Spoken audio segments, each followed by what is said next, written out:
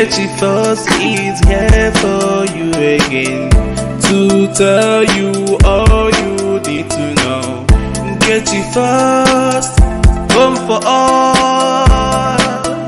Queen Diva, Nkechi First, come for all. Queen Diva, all you need to do is just to follow, get motivated and educated. Queen Diva. Wherever you are, good morning. I hope you're having. It's the afternoon. Oh my God, it's afternoon now. Good afternoon, wherever you are, wherever you're watching me from. All right, I need to place this a bit. I hope you woke up nicely this morning. If it's your afternoon or your night, okay, good night, good afternoon, good morning, everything. So today, we're gonna be looking at a few things. One thing that stood out for me is how the Catholic leadership kidnapped Mbaka. So this was Mbaka telling the story of how he got kidnapped. And hang on, I'm going to put the number for you to call if you want to join. Okay, scrolling. If you're on YouTube, please, the first thing you do for me is to subscribe to my channel if you haven't already and help me to share the live stream. And if you're on Facebook, another thing you do for me is to kindly follow my page and also help me to share the live stream, please. Could we all just take a few moments and do that? And anytime you join in, whether you're watching live or you're not, you can also kindly help me share and subscribe and follow as well if you haven't. So we're just gonna dive straight into it. It's been an eventful week, actually. So much has happened. From some of the kidnapped students being released to some being killed, to Mbaka being Mbaka declared missing, and then he came back, and now he's suspended, and vote of no confidence passed on Buhari, and the fresh kidnap that's happened today as well, and just so much going on. So, like I said, the thing that stood out for me, first of all, is the story of Mbaka. Most of us would be aware by now how the history of this. So Mbaka has been an ardent supporter of the present government. Actually, he was one of the people that campaigned for Buhari to get into power. Then he was saying that God had told him that Buhari was the one to rescue Nigeria. And if you know Mbaka very well, you would also know that he's been very vocal and very much into politics per se, considering that he's a priest. Anyway, so along the line, Baka turned around to say, I think this was about 2 weeks ago, that he no longer supports Buhari because the God that told him to support Buhari has told him to stop supporting Buhari and co. and to pray against them. And he went ahead to say, God bless Nnamdi Kanu for championing the cause of his people. And Mbaka also mentioned that the state of the country was very bad and that Buhari should either resign or be impeached. So yesterday in the morning, news started making round that Mbaka was missing. A lot of people thought it was a joke, people that went to adoration. The adoration is his prayer thing that he does. They didn't see him, and everybody thought, okay, when the news came out, most of us were being careful because it's like something that was expected that the DSS was going to go after him, or the Nigerian police or the Nigerian army. So when the news broke yesterday, it felt like, okay, this may not really be true. But as the day went by, it actually appeared that it was true. So I think it was, first of all, it was the people that went for adoration that raised the alarm that they couldn't see Mbaka, and they went on rampage, and we'll get to that later. Then it was the Ohaneze Ndibo Youth Council worldwide that made the statement yesterday, which was Wednesday, and they raised the alarm saying that the whereabouts of the Reverend Father was unknown, and they gave the Nigerian army, I think, a few hours or a few days to provide him. So, and the people that went for adoration as well went to the bishop's home. Bishop, I think, is the general overseer of the Reverend Fathers there in Enugu. They went to his home. They were demonstrating. They were asking to see Father Mbaka and asking them about his whereabouts. So, I'm just going to probably read the story a little bit for you and then we'll talk about it. So, the spiritual director of Adoration Ministry, Enugu, Nigeria, Reverend Father Ejike Mbaka has said the leadership of the Catholic diocese in the state wanted to close his ministry for 1 month. So remember, I had told you people went for adoration in the morning, they couldn't find Mbaka, and they went on rampage in Enugu, especially at the bishop's house looking for him. And so finally, later in the day, Mbaka came out. I was watching the video and Mbaka was saying how the leadership of the Catholic Church had taken him kind of hostage, really, because they didn't want to release him. He was saying that he wanted, at least let him go have a mass, that morning for the people that would have come. They said no, that, excuse me. They said no, that they were going to keep him for 1 month as a punishment or something like that. But we're going to read the story and you'll get all the details. So the spiritual director of Adoration Ministry, Enugu, Reverend Father Ejike Mbaka, has said the leadership of the Catholic diocese in the state wanted to close down his ministry for 1 month. The Ohanezendibo Youth Council worldwide had a statement on Wednesday where they raised an alarm saying the whereabouts of the priest was unknown. So I had told you that in the morning, nobody knew where the priest was. So everybody was wondering. There was so much speculation going on about his whereabouts. The clerics, supporters, and members of his adoration ministry in Enugu also took to the streets to protest against his alleged disappearance. Mbaka had asked President Muhammadu Buhari to resign or be impeached last week. He said this last week. However, he was attacked by the presidency, which alleged that the cleric was angry because he sought to secure contracts from the Buhari-led government and was denied. Speaking while addressing worshippers at the adoration ground in Enugu on Wednesday after resurfacing, Mbaka said the church leadership, led by Bishop Callistus Onaga, summoned him over his recent comments concerning Nnamdi Kanu, leader of the proscribed indigenous people of Biafra, and his connection to the presidency. So Mbaka was summoned, actually, Mbaka himself confirmed that he was summoned by the Archbishop?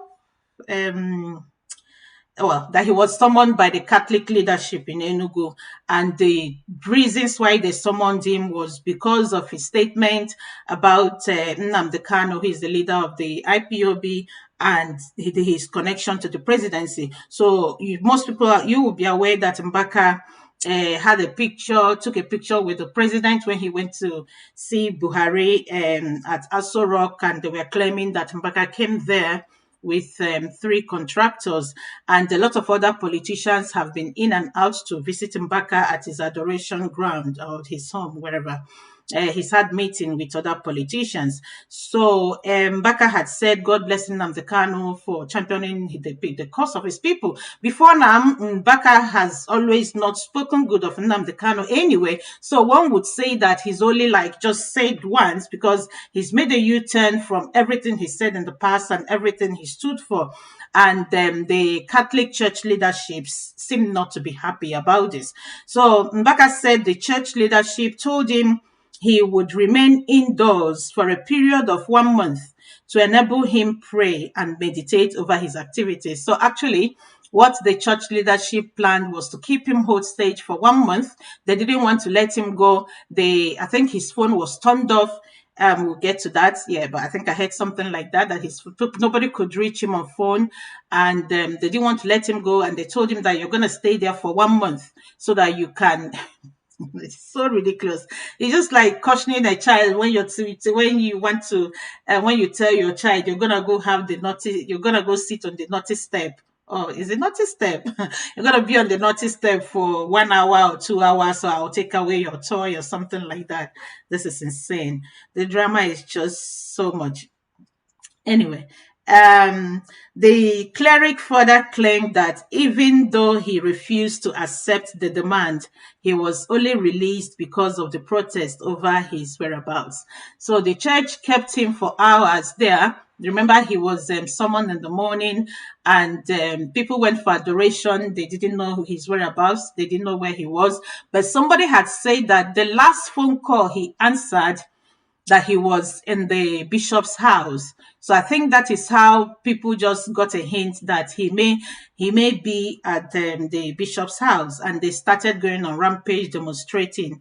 So Mbaka had said that they didn't want to let him go, that he refused. Actually, he did not accept those conditions that were given to him, but they said they will not let him go. That if not that his followers had gone on protest, demanding his whereabouts, that the church would have still kept him hostage. He added that he asked for an opportunity to address his parishioners but was not allowed. So they didn't give him the opportunity to address his parishioners who had already come for adoration and were waiting and did not know where he was. Mbaka said, how can they believe what others say, and they will not believe what the priest is saying? The emphasis is, please let me go to celebrate the mass. But they said no. If a priest will request to celebrate mass and they say no, that means something is wrong. So definitely something is wrong, as you can see. Baka was pleading with them to let him go so he can go celebrate mass for his parishioners. And the leadership said, no, you can't go celebrate mass. We will keep you here for 1 month. I mean, are you even if you're dealing with a child, you can't do that? But I'm not a Catholic, and I don't really have much information about how the Catholic ministry runs, so I don't want to delve into that. But just speaking as a human being, how can you get a grown man, summon him, and then you say, turn your phone on, you're gonna stay here for 1 month so that you can think about what you've done? That's a hostage situation. So you kidnapped him, apparently. And this man was begging. He says, can I go at least, let me go and celebrate mass today, knowing that his parishioners had already come and were waiting at the adoration ground. And they said, no, you can't go. Mbaka said, can I at least ask someone else to celebrate the mass? He said, no. He was like, let me just go so I can at least tell my people that I'm going to be away for 1 month. And they said, no. So probably if they had listened to him, all this mayhem, wouldn't have occurred. According to Mbaka said, allow me to celebrate mass for my people just for today. I won't even tell them that I am being punished. They said, no, I will just tell my members that I'm going for 30 days. So he said, okay, allow me to go celebrate mass for today. I'm going to tell my members I'm going away for 30 days. I will not tell anybody what has happened. I'm going to keep my mouth shut. But still, they refused. Okay. I also begged them to appoint another priest to come and celebrate mass for you today. I mean, this is Mbaka speaking to his followers. And they said no. They didn't treat me in a pastoral way.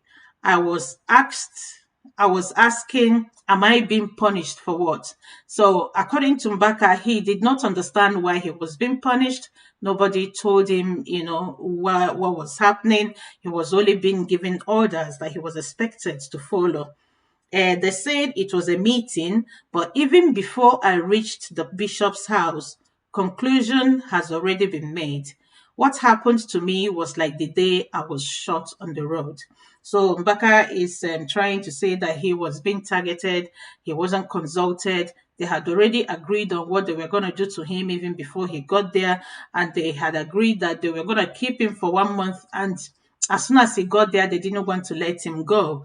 Unfortunately for them, even before the meeting, a woman was already going around bragging that the bishop will call me for a meeting and that I was going to leave my house here for 30 days.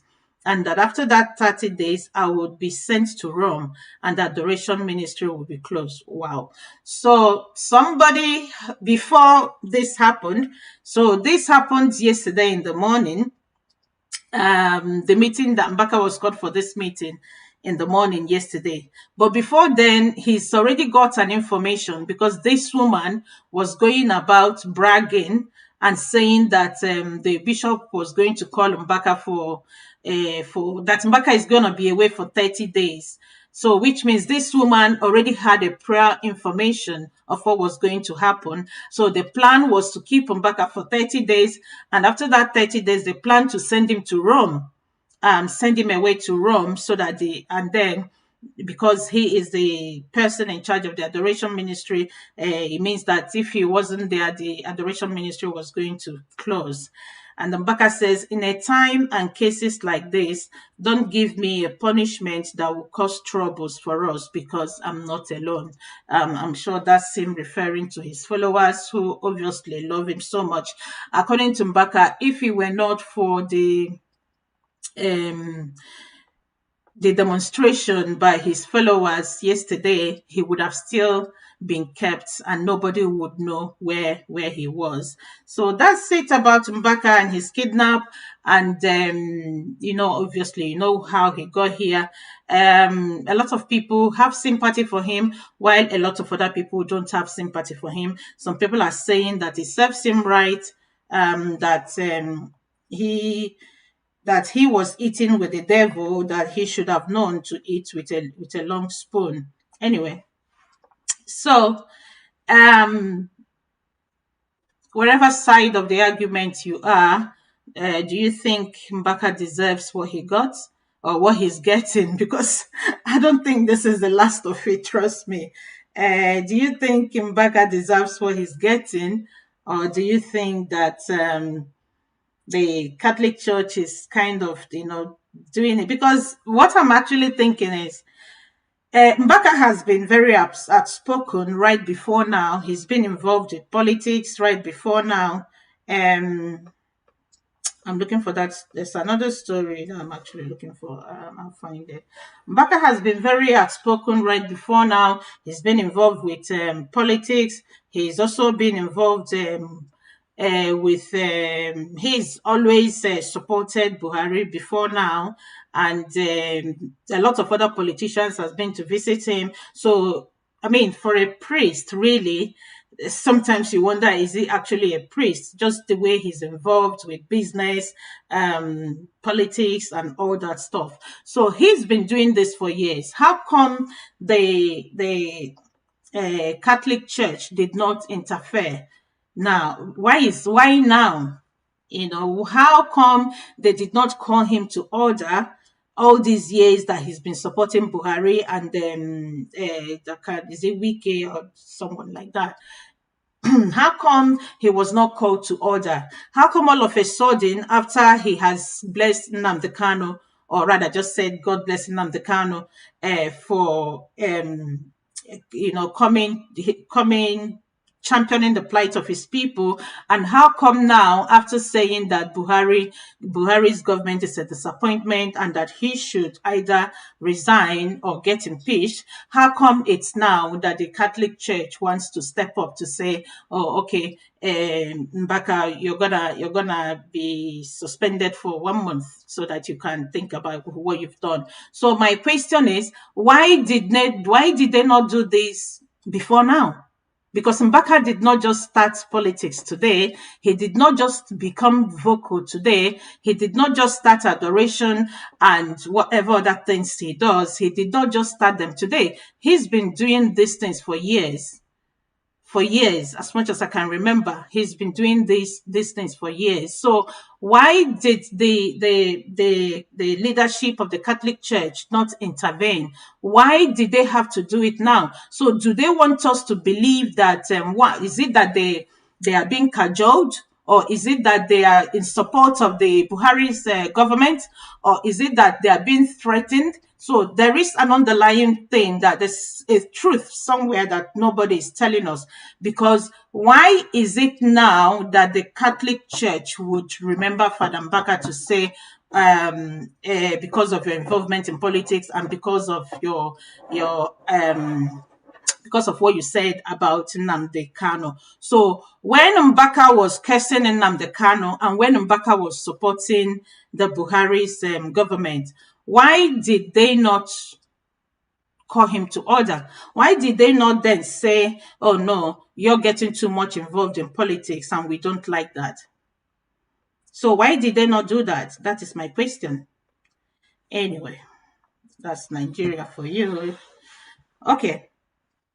So from that Mbaka's kidnap story, we woke up this morning to another story that says that the Catholic Church has suspended Mbaka for 1 month. And this is still because of the same thing, Buhari support and all that. So Mbaka was asked to proceed on suspension with effect from May 3rd after being summoned by Callistus Onaga, the bishop. All right, the diocese bishop. So that's the latest this morning. Mbaka has been suspended by the Catholic Church, and that suspension is for a month. The Catholic Diocese of Enugu has suspended Reverend Father Ejike Mbaka from church activities for 1 month as the controversial priest's political escapades continue to overshadow his theological obligations on a scale that nurtures unending concerns among his senior clerics. Mbaka was asked to proceed on suspension with effect from May 3rd after being summoned by Callistus Onaga, the bishop. So, like I told you, Mbaka has been suspended, and that suspension takes effect from the 3rd of May because they believe that his involvement in other stuff that are not related to his priesthood are, kind of eating into his calling and affecting the church as an entity. Onaga called Mbaka in following his repeated clashes with President Muhammadu Buhari and warned that his conduct was smearing the church's image, the largest of any Christian organization worldwide. So the Catholic Church, actually, their worry is that the clash Mbaka is presently having with Buhari is smearing their image as a church. But I still question, why did you allow him to get into politics to this extent? When Mbaka was supporting President Buhari, telling us that God told him President Buhari was the answer to all the problems in Nigeria, and calling on his members and everyone else to support Buhari and others and the APC, why did you not notice that his involvement in politics is smearing your image as a church? How come all of a sudden, because he's turned against Buhari, you all of a sudden notice that his activities are smearing your image? Anyway.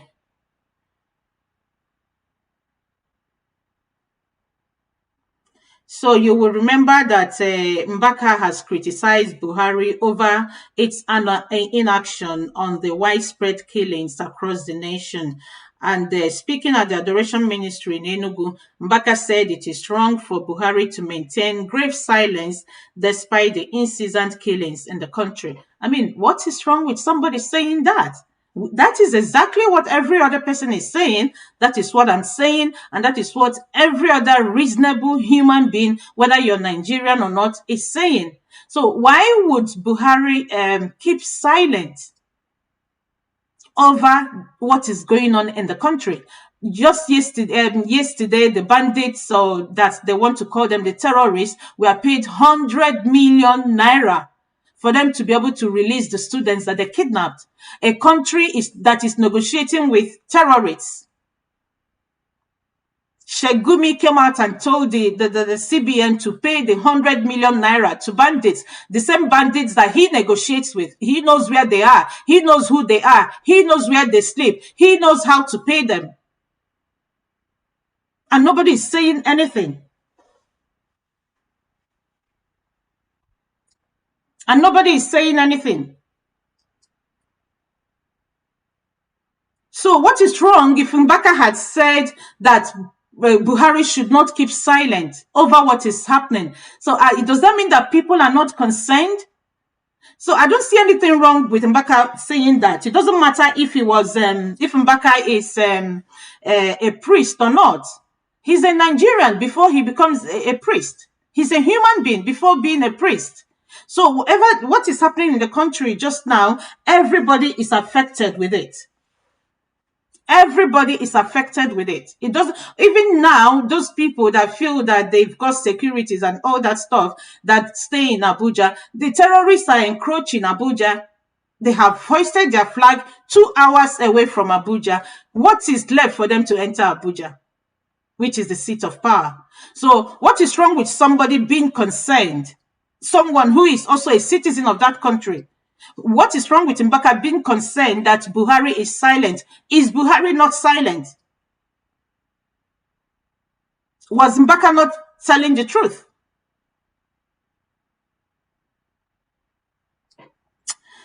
Mbaka accused the government of being behind several killings across the country and tagging separatist groups as terrorists rather than focusing on getting them good jobs. So Mbaka was saying that the youths are unemployed, that the government should focus on bettering the lots of the citizens instead of tagging people that are calling for self-determination, tagging them terrorists. The cleric also frowned on the activities of herders that destroy the farmland of people without any repercussion. Is that not the truth? Did he lie about that? Is herders not destroying farmers' farms? Is that not actually one of the main problems that we have? Herdsmen that have been free, that are everywhere in the country. They will not let farmers farm. They will not let indigents even sleep in their own homes. Killing, raping, and going on rampage without anybody doing anything. Nobody has tagged them as terrorists. Nobody has tried to even resist them. Nobody has even tried to arrest any of them. Instead, if you try to defend yourself, the government will come after you. So did Mbaka tell any lie? What he said, is it not the truth? So does that mean that the Catholic Church leadership, you people do not want to hear the truth? I'm not a fan of Mbaka, or rather, it's not like I'm supporting him. I actually do not care. I can't be bothered with whatever is going on with him at the moment because he called for the anti-infested firewood. So I actually do not care, but I will not also not speak about where he has told the truth. Everything Mbaka said is the truth. Mbaka has not lied against anyone. He did not say anything that is not what you and I already know.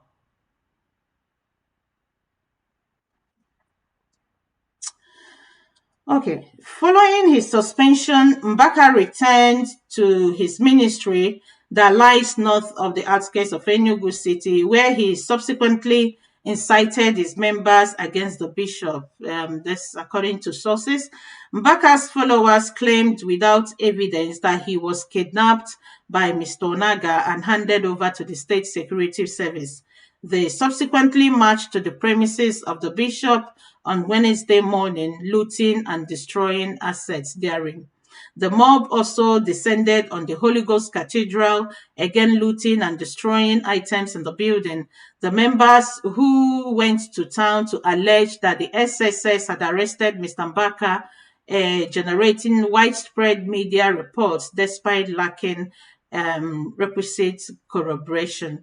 This is a spokesperson for the SSS denied taking Mr. Mbaka into custody or coming in any contact with him when reached. Okay.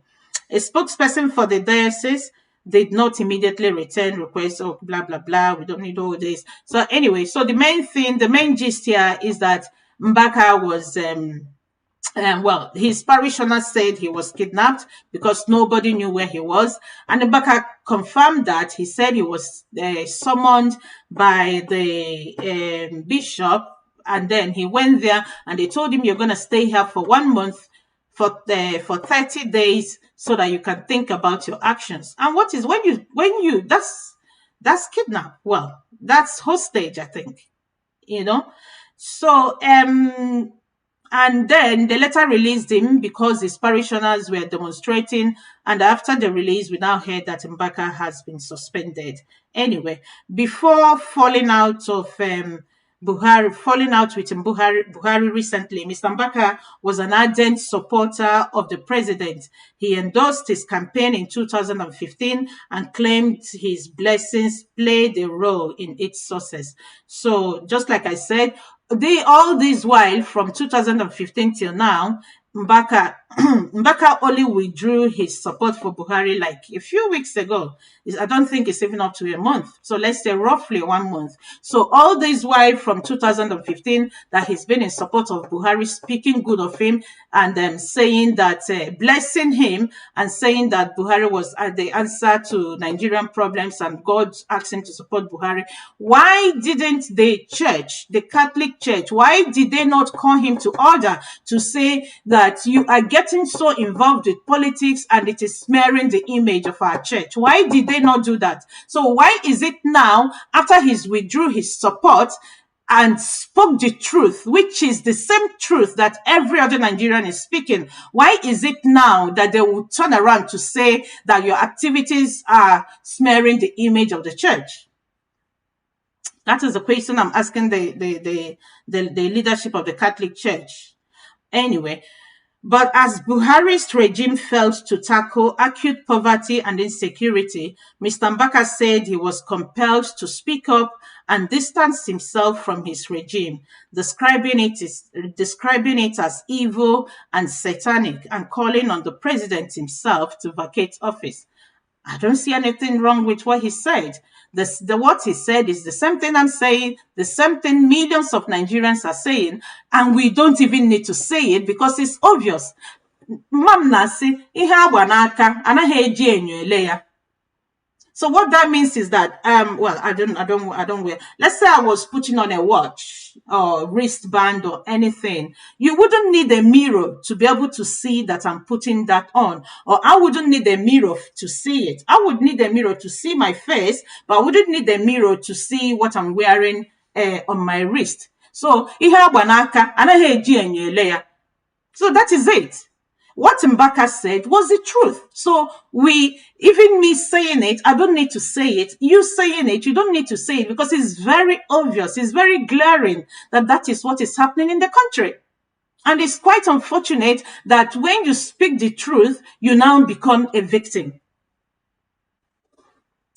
We know people, this is Mbaka saying, we know people will link this to the confrontation with Buhari, but he was once demoted from a parish. Oh no, this is not Mbaka saying, this is the spokesperson from the church.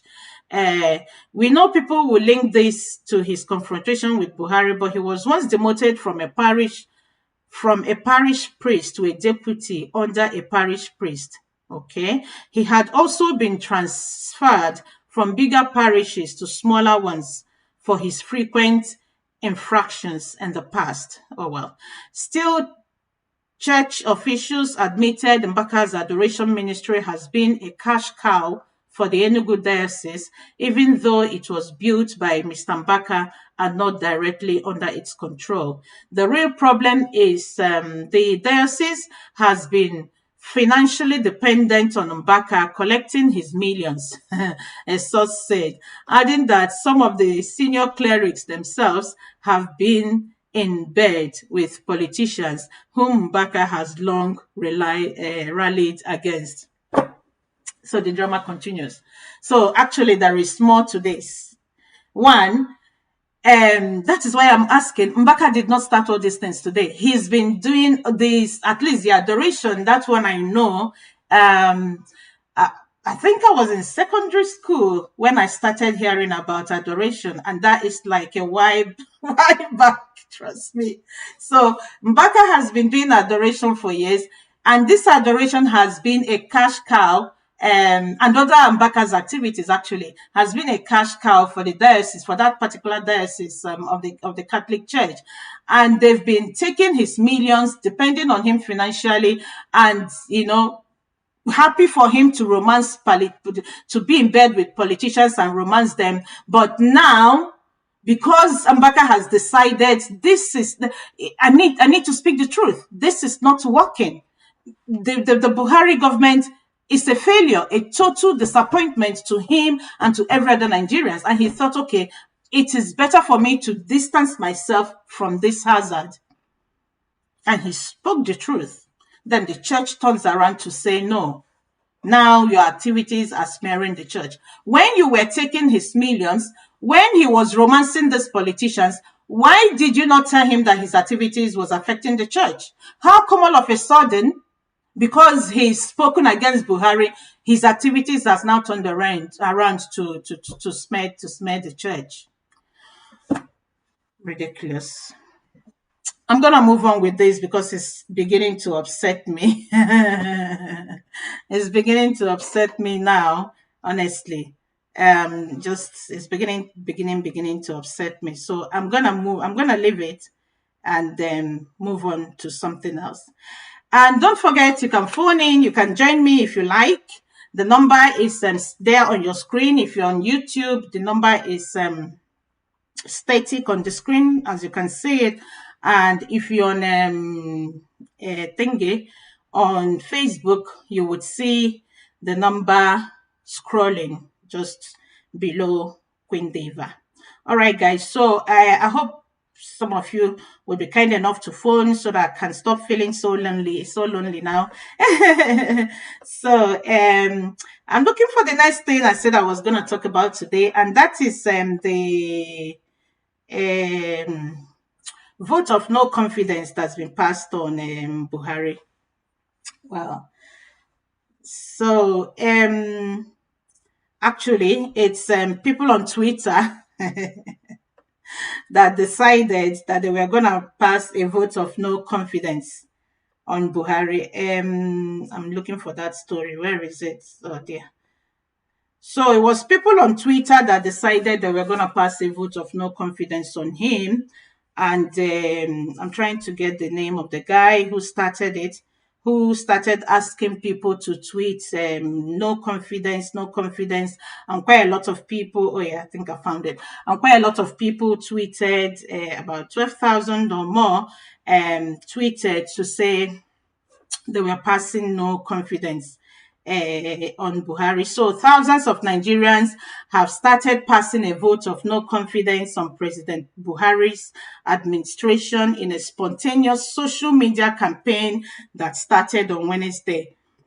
So this campaign started yesterday, which was Wednesday. People were being asked to tweet no confidence, if they think they don't have any more confidence in the present government, that they should tweet no confidence. And a lot of people actually responded to this. So it was observed that about 12,000 Nigerians had already tweeted, and this was like yesterday, vote of no confidence on Twitter in a global demand aimed at ending Buhari's inefficient and clueless administration, under which kidnappings for ransoms, killing, and terrorism have grown unchecked. Now, that is the truth. Whether you still support Buhari or whether you don't support him, it doesn't nullify the truth. The truth still remains that this present government has become a government of terrorists, a government of kidnapping. Actually, this morning, I almost did not do this because I was just checking what's going on in the news. I had seen this last night, but I paid more attention to it this morning, watching the families, listening to some of the families of the people that their children were kidnapped. My heart was so broken.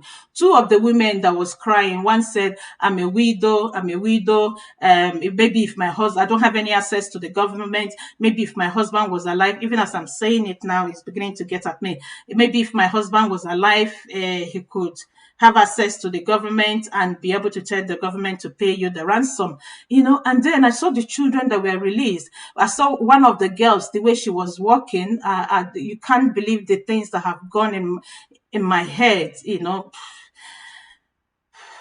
the some of the thoughts that I've had in my head, and I saw the young, small, Jesus Christ, have mercy, man. Ịma ndị Igbo na-asị na eburu ozu onye ọzọ ọ dịka ebu ukwu nkụ, which means when you're carrying, when I'm trying to do a literal translation, then I would describe it better to make more sense. When you're carrying the dead body of someone else, it looks like you're carrying a log of firewood. So, which is to say that when it's someone else's problem, it doesn't look like a problem, is it not? So it's only a problem when it comes to you or when you experience it. Imagine these families. What wrong did these children do? What is the sin they committed? Their only sin is that they find themselves in a contraption called Nigeria. And they find themselves living in the northern part of Nigeria. Some of them, the only wrong they committed is because they are Christians. Because these kidnappers will go in the church, disrupt the church services, and kidnap people from the church. They will go to school, target schools that are Christian schools, and kidnap children from there. So imagine, just some of you that don't seem to realize yet that there's a problem with Nigeria. Could you probably just take a moment now and think? If you have children, think, what if these were my children? If you don't have children, think, what if this was my relation? Imagine your child being kidnapped for so many weeks. Some of them have been sexually abused, the boys and the girls. And how are these children supposed to survive this trauma? So they're going to keep living in that same country, and you will still expect them to go to church. You will still expect them to go to school where probably this thing happened. So how are they've been messed up mentally. And this is something they're going to live with for the rest of their lives. And trust me, the situation is not getting better. Don't let anybody deceive you. Oh, Nigeria will be great again. It's not true. Because they've been telling you the same thing for at least 60 years now. So why has it not been better? Instead, it's getting worse day by day. We were actually better off like a few years ago than we are now. So even after those kids were released yesterday, those bandits, as they would prefer to call them, have kidnapped other people today. So it's like a vicious cycle. They got 100 million naira for doing nothing from the government of Nigeria. And you have somebody who speaks to the government that knows these bandits more than everyone else. He's the one that said that the CBN should pay the bandits 100 million. And the parents of these children confirmed that they went to him and he brought a Fulani man who took 800,000 naira from them, saying that the 800,000 naira was for transport. So they haven't even scratched it. So how did Shegumi know the person to contact that knows the people that had these children? This is just madness. And then he's still walking about as a free man. Oh, now we there for government.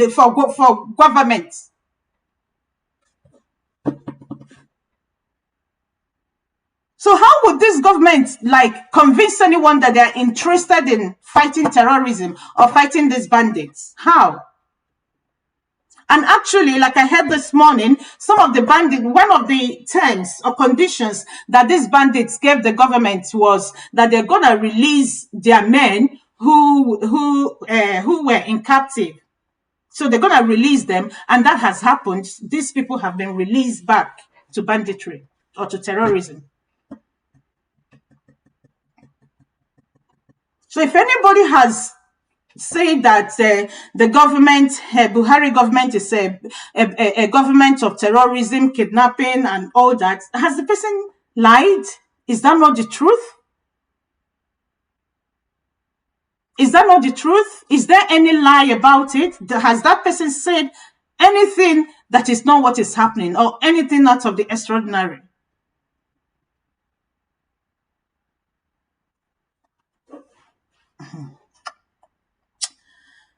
Oh, well, so let me go back to the vote of no confidence that was passed on President Buhari on Twitter.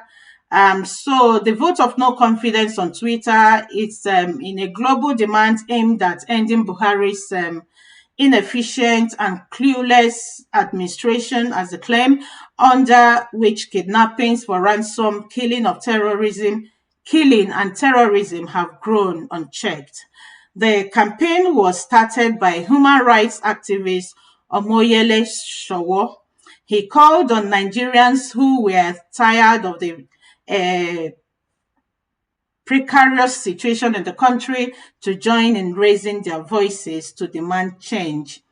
Showo tweeted, "If there is anyone still out there who hasn't placed a vote of no confidence on Buhari regime, that person or group of persons need help.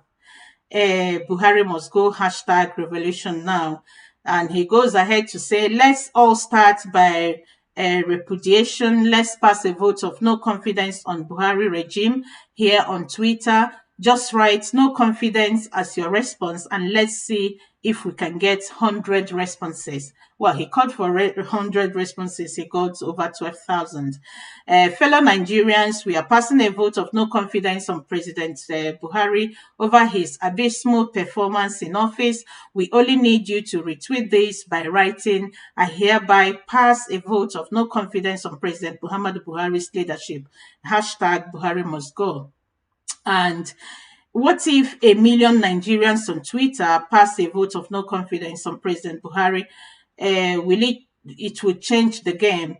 Let's keep going. Let the world know we are tired of the tyrant, a bigot, a nepotistic ruler, an incompetent ex-general. Let's go to work. Okay, so this is part of Showo's tweet calling on people to support his call for a vote of no confidence on Buhari. So this started trending, and the trending social media campaign came one day after parents of some abducted students of the Federal College of Forestry Mechanization, Afaka, Kaduna State, protested at the National Assembly. They protested 2 days ago, if you remember.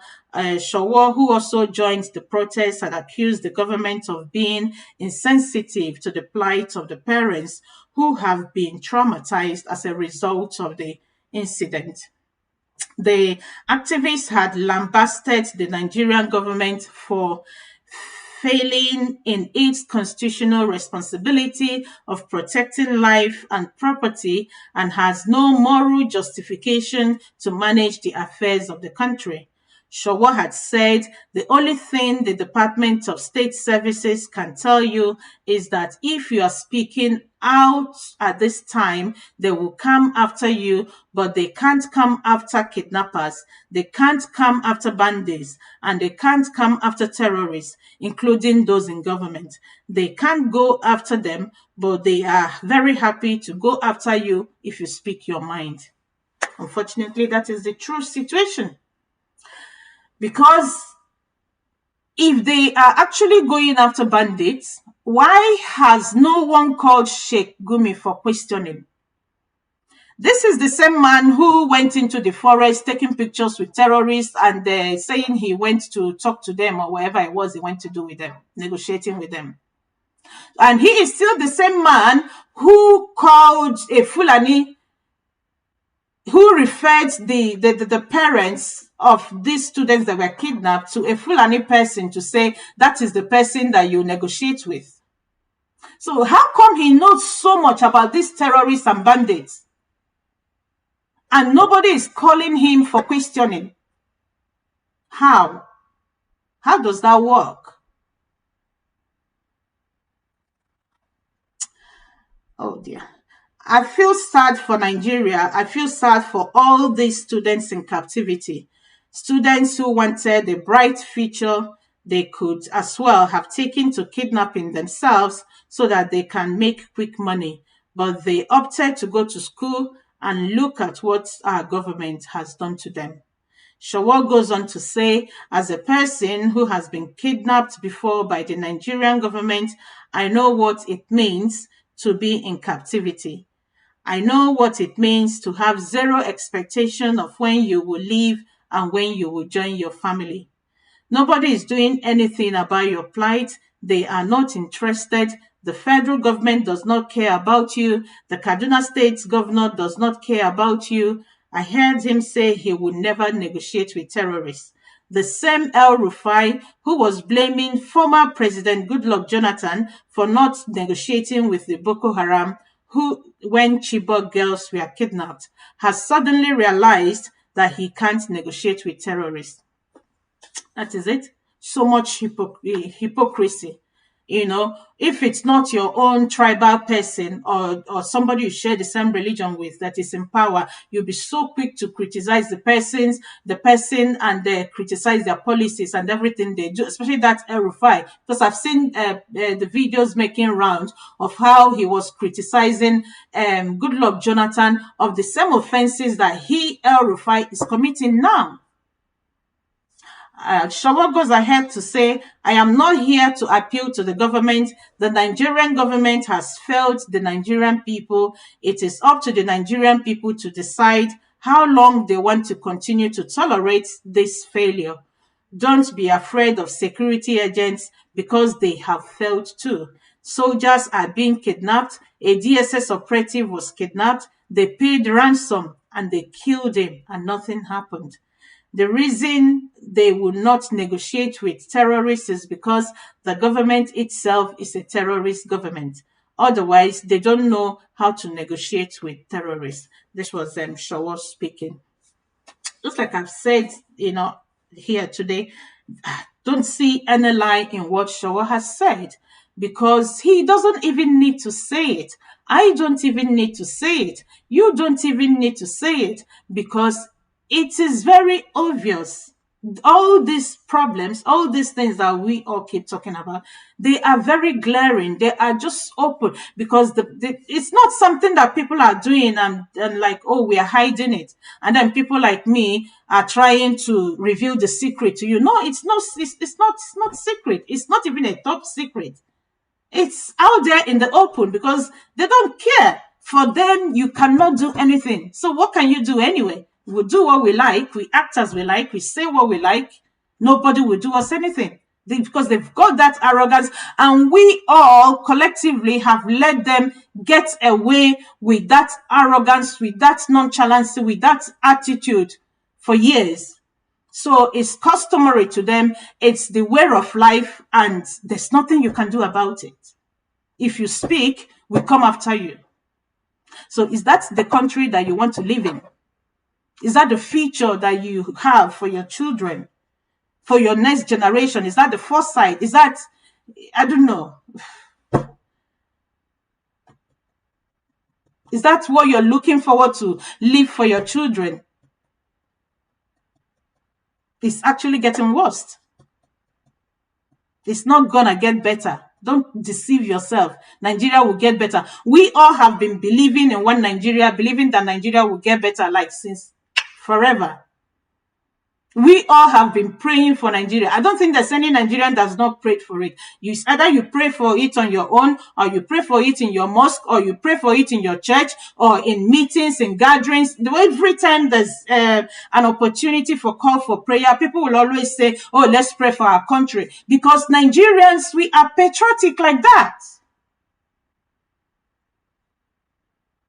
But for how long are we going to keep praying for Nigeria and hoping, oh, we pray that God will do something. We pray that these people in government will change. They will not change. They will leave. They will put another person in. The person will continue from where they stopped. And it just carries on like that. And for how long? How long is that going to happen?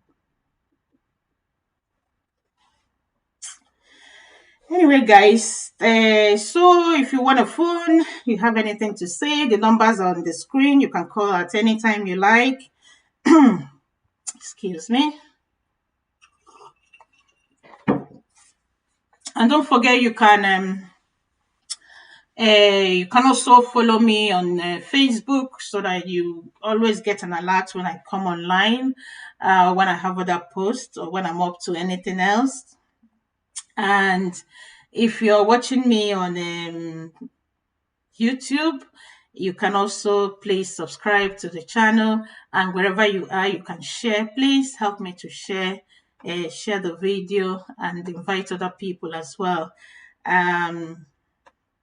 Okay, so I think that's me for today, and I'm looking forward to seeing all you people again soon.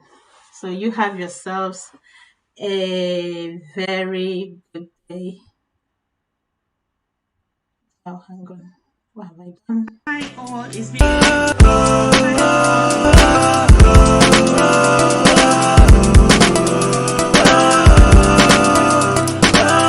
Get you first, is here for get you first, is here to tell you all, to tell you all. Get you first, home for all, home for all. Queen Diva, Queen Diva. Get you first, home for all. Queen Diva, Queen Diva. All is to follow, get motivated and educated. Queen Diva, get it first is here for you. Against all odds, we are pushing higher, higher. We are moving higher, higher. We are crossing boundaries, boundaries. Queen Diva, oh, oh, oh,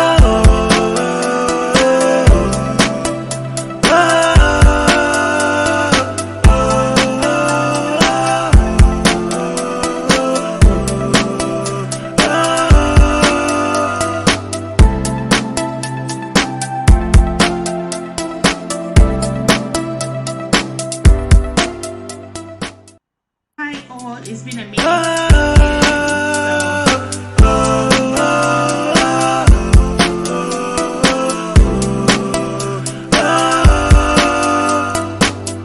Get you first is here for you again to tell you all you need to know. Get you first, home for all. Queen Diva, get you first, home for all. Queen Diva, all you need to do is just to follow, get motivated and educated. Queen Diva, get it first is here for you. Against all odds, we are pushing higher, higher. We are moving higher, higher. We are crossing boundaries, boundaries. Queen Diva, oh, oh.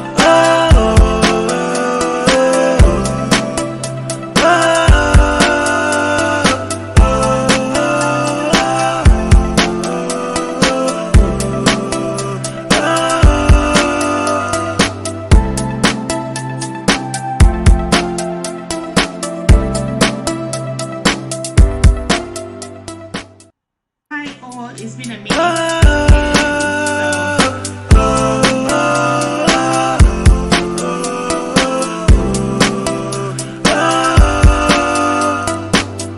Get you first is here for you again to tell you all you need to know. Get you first, home for all. Queen Diva, get you first, home for all. Queen Diva, all you need to do is just to follow, get motivated and educated. Queen Diva, get it first is here for you. Against all odds, we We are pushing higher, higher. We are moving higher, higher. We are crossing boundaries, boundaries. Queen Diva. Oh, oh, oh, oh,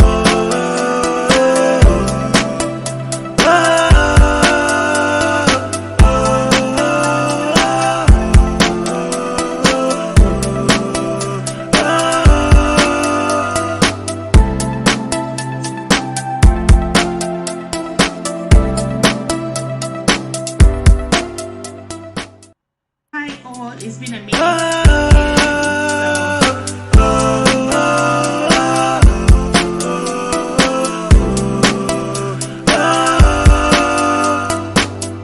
Getty First is here for you again to tell you all you need to know. Getty First, home for all. Queen Diva, Getty First, home for all. Queen Diva, all you need to do is just to follow. Get motivated and educated. Queen Diva, Getty First is here for you. Against all odds, we are pushing higher, higher. We are moving higher, higher. We are crossing boundaries, boundaries. Queen Diva. Oh, oh, oh, oh,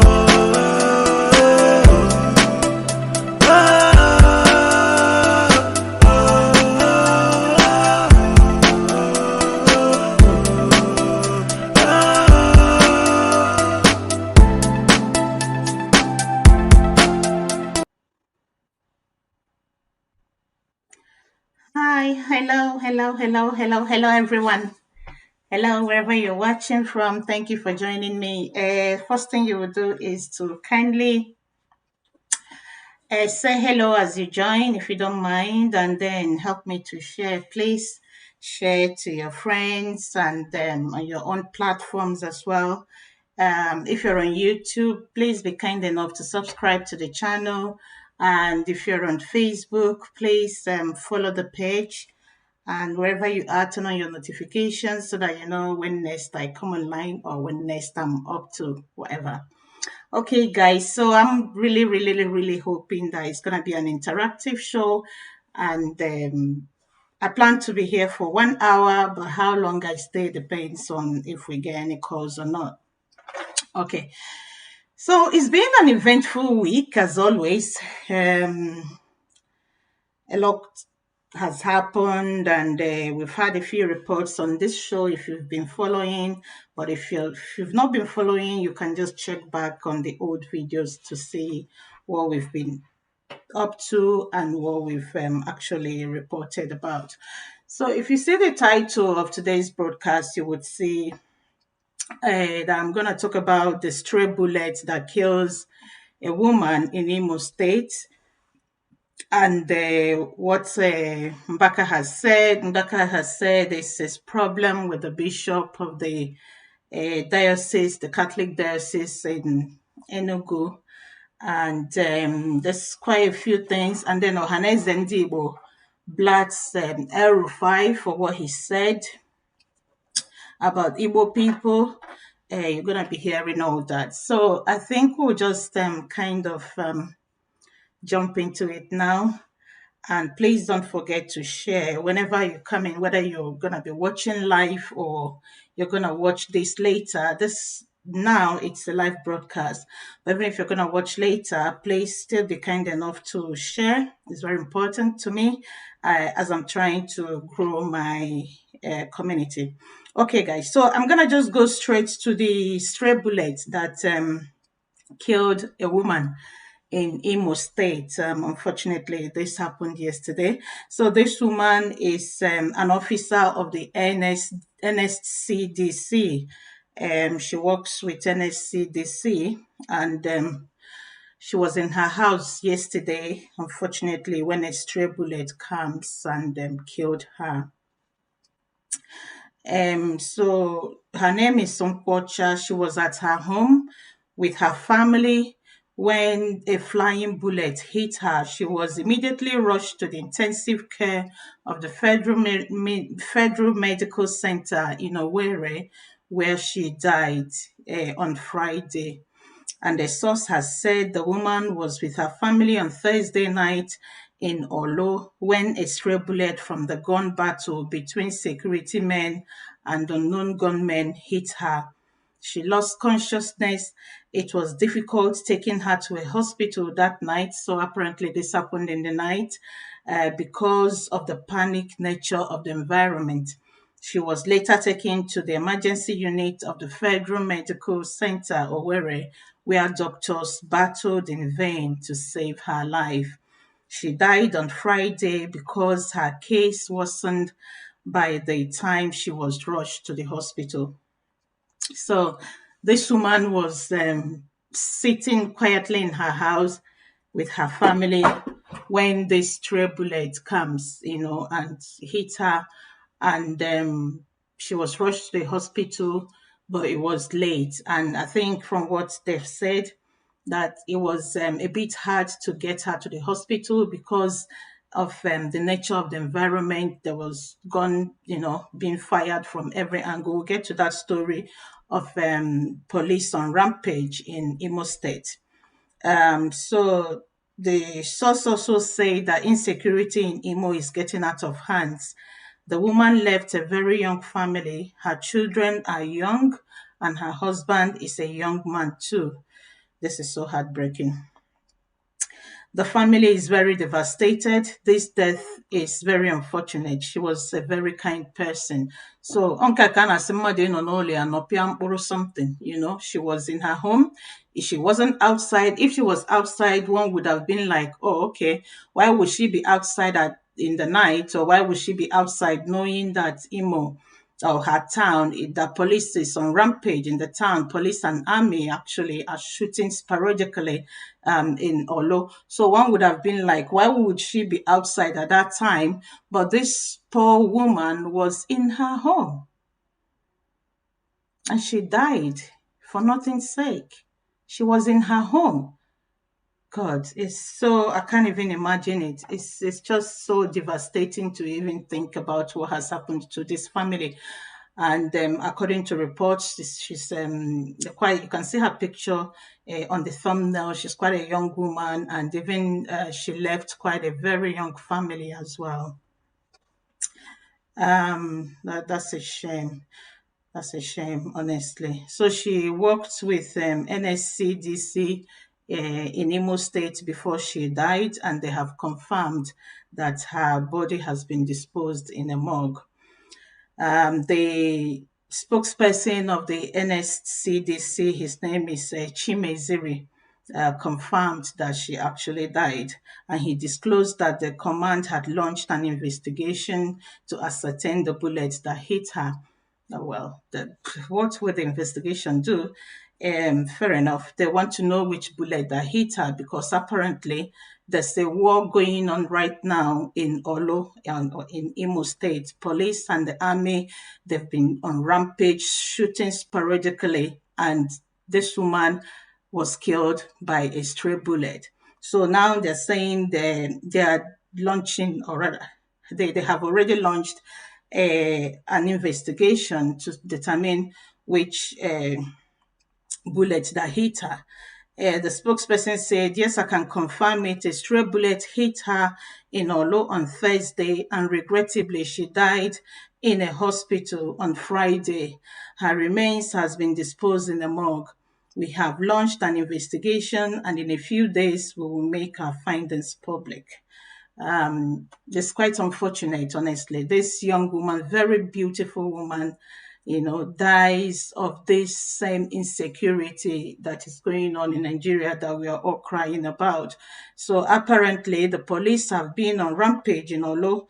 Police, army, DSS, and all that you can think of has been on rampage since Thursday or Wednesday. News started coming out from Olo, people saying that police has been shooting, everywhere. And yesterday we hear that they were in a battle with unknown gunmen and a stray bullet killed this woman who has left a young family and young children. Okay. So from that, we're going to move on to the news making rounds this morning that 7 officers are feared dead, or rather, 7 officers killed as gunmen attack Rivers police station and checkpoints. So today, there's this report going on that 7 police officers have been killed at a checkpoint um, by unknown gunmen. So we're going to see the details of that story. I think this happened yesterday on Friday, but the news broke today. So they said gunmen on Friday night. Okay, this happened in the night yesterday. Gunmen on Friday night attacked security checkpoints and police stations in Rivers State, with no fewer than 7 security operatives feared killed. But how can even 7 police officers be at a checkpoint? Oh yeah, okay. So no, the attack was on a checkpoint as well as on a police station. All right, cool. I get it now. Because initially I was thinking that the 7 police officers were killed in a checkpoint, and I'm like, what will 7 police officers be doing in a checkpoint? There is no war. If there is no war going on in a town, but now I can see that actually it's the 7 police officers in total were killed by unknown gunmen at a checkpoint and at a police station in Rivers State. So the hoodlums attacked a police station along the Rumuji Azix of the East-West Road in the state. This was where this happened. Also, the Rumuji police station in Emuoha local government area was also touched. 2 policemen feared killed while some vehicles were burnt. So this is unknown gunmen attacked a police station State, 2 police stations in River State and checkpoints, and they killed a total of 7 police officers. Unfortunately, this is really really sad. I don't know what is going on in the east. The unknown gunmen and the battle. There's actually a war going on in the eastern part of Nigeria at the moment, especially Imo State and Olo Aziz. There's war going on, but unfortunately, a lot of people do not realize that. I've just told you about the woman that was killed by a stray bullet, and since this week, police had their armored tank in Olo, and they've been arresting people and shooting in the air, and the whole place is in mayhem. And now the unknown gunman has killed 7 policemen in Rivers State and burnt down police property and vehicles. They also attacked a police station at Obakiri Junction and the Emuoha local government area, with 2 police officers feared killed and the vehicle was burnt. A checkpoint of the security outfit called C4I along the east-west road was also attacked, even as 3 operatives were feared killed. So apparently, these unknown gunmen attacked several police stations last night in Rivers State, and in total, up to 7 policemen were killed. Meanwhile, the State Commissioner of Police, Eboka Friday, led a team to the place when he was spoken to this morning, and he confirmed that yes, that is what we heard. He said, "Oh, okay," that he just heard, and he was going to confirm it at the venue. So this is really, really unfortunate. You know what is going on at the moment.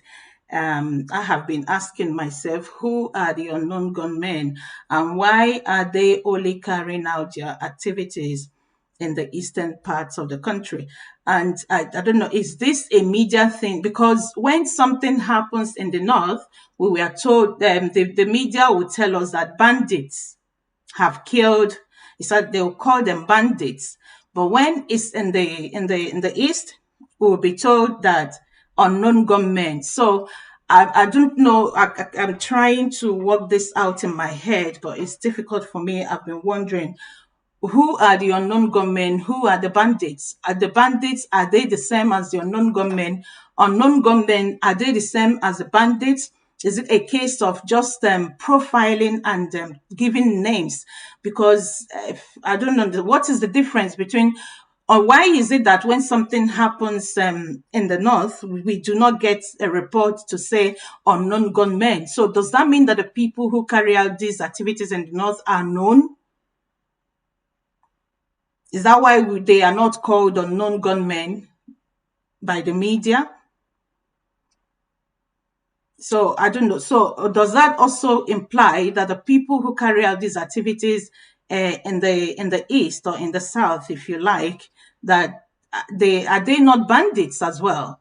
So what makes them unknown gunmen? Why are we differentiating it? Why are we tagging something that happens in the east to have been carried out by unknown gunmen, and then when it happens in the north, we say it's bandits? What is the differentiation there? What makes it different? What is the difference between the bandits and the unknown gunmen? How do we know who is unknown gunmen and who do we know who is a bandit?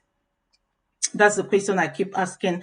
And if any of you knows how to answer this, the numbers to call are on your screen. You can see the numbers scrolling if you're on Facebook, and if you're on YouTube, you will see the number static on your screen. And you can phone at any time. Let me see if I missed any call. No, not yet. I didn't. So you can phone at any time if you like to join in the conversation, and if you have anything to say. So I've told you one about the woman that was killed by a stray bullet yesterday. Actually, she was shot Thursday night but died in the morning yesterday.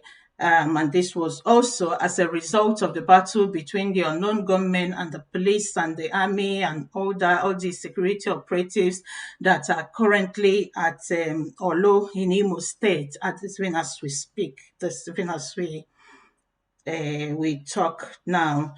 So that's very, very unfortunate that that woman would just die like that. She was in her home. That is the sad part of it. She was in her home. She wasn't looking for anybody's trouble. She wasn't outside. She was in her home. Probably, who knows, she might have been asleep, or maybe, having a chat with her family. This is just madness. It's so sad. It's so, so, so sad. It's so sad.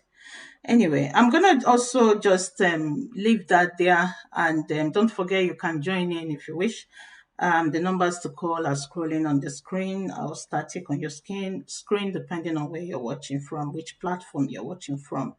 So before now, we all know, or rather, I believe most of us already know the story of Father Mbaka and what's been going on around him. Well, if you don't know, if you check my previous videos, I think I've done about 3 videos or more about this case. If you check my previous videos, you will be able to see some of the videos I've made about this. So today Mbaka is trying to tell us his the problem he actually has with the bishop of Catholic Diocese in Enugu. If you remember, Baka got kidnapped last week. Well, kidnapped in quotes. Baka was invited for a meeting by the bishop last week where they detained him and then told him they were going to keep him there for 1 month, for 30 days, so he can take out time to think about his actions. And we were later told that the problem that the Catholic leadership in Enugu had was Mbaka's involvement in politics. And Mbaka said himself also what he said about Nnamdi Kanu. Also, remember, we had also told you how Mbaka had said, God bless Nnamdi Kanu for championing the cause of his people. And Mbaka had condemned President Buhari, saying that God, who told him previously to support President Buhari, has also told him to withdraw his support, rather to pray against them. So all these are all the problems that was brewing for Father Mbaka. And then to top it up, last week he got detained. He got kidnapped, in quote, and but he was later released, or rather he later came out after his followers had gone on rampage vandalizing and destroying things in the church. So now Mbaka is trying to tell us what his problem is, or his grouse, as they put it, with the with the bishop of the Enugu diocese. So the spiritual leader of the Catholic Adoration Ministry in Enugu, Reverend Father Ejike Mbaka, has narrated what transpired when he was invited by the Enugu Catholic bishop. So remember I had told you about the invitation. So this is Mbaka now trying to tell us what happened during that invitation. Mbaka stated that his grouse with Onaga was that the bishop did not call him one-on-one, but held a meeting where other participants were bragging that they would deal with Mbaka and the adoration has been closed down. So the first thing Mbaka says that is his anger is that the bishop could have invited him for a one-on-one meeting to discuss with him if there was a problem, but instead the bishop went straight to invite other people for a meeting where they had already concluded what they were going to do to Mbaka. If you remember, I think last week I had told you about how one woman was bragging and telling everyone that Mbaka was going to be sent away for 30 days. After that, they will send him to Rome, and then the adoration will be closed. So this is one of the things Mbaka has said. It's making him angry at the bishop, that the bishop should have invited him for a one-on-one meeting instead of speaking with others behind him. So Mbaka also added that he had thought that his meeting with the Enugu Catholic bishop was a meeting of a father and son. There had been uproar on Wednesday when the adoration minister when the adoration ministry leader disappeared for about 24 hours, which fueled protests in Enugu before he later resurfaced and addressed his supporters. So you remember, I had told you, or you may already know, that Mbaka disappeared for nearly 24 hours, and people were saying that nobody knew his whereabouts, and someone was saying that the last phone call he received, that he said he was at the bishop's house. So that was how his followers and members of the adoration ministry went to the bishop's house asking that they wanted to see Mbaka. So after that, Mbaka got suspended. So as we are speaking now, he is suspended for 30 days from doing any ministerial work as a Reverend Father. So narrating his ordeal after he rejoined his followers late on Thursday, Mbaka said, "I never disobeyed the church. People are busy misquoting me. They are doing everything to close this ministry, but by the grace of God, they cannot do anything." So from what I'm getting here, Mbaka is trying to tell us that actually what is the problem is that there are people fighting him and fighting the adoration ministry, and they are doing everything they want in their power to close the adoration ministry down. Because even when Mbaka came out on Thursday after the disappearance, Mbaka was saying how this woman was going about bragging that Mbaka was going to be sent away for 30 days, after which he will be sent to Rome, and then the adoration ministry will be closed. So Mbaka is trying to tell us here that a lot of people are fighting the adoration ministry and they want it closed. And Mbaka says, "I don't know what happened in the background and what led to this. But what I understand was after meeting with a team of consultants, I won't begin to tell you who said this and that, but the bishop asked me to stay out of adoration ground for 30 days and be silent for 30 days. So after the meeting he had with the bishop had told him to stay away from the adoration ground for 30 days and be silent for 30 days. So he's not meant to say anything about anything, and he should not conduct his ministration on the adoration. The only thing I am not happy with is that if the bishop wanted it to be secret, he should have called me one-on-one. Did you know that before I reached Bishop's house, the meeting's conclusion had already been revealed, and I came in there with the hope that the meeting was to be held. So Mbaka is saying that one, he was expecting if there was a problem for the bishop to call him one on one and speak with him, as a father would speak to a son.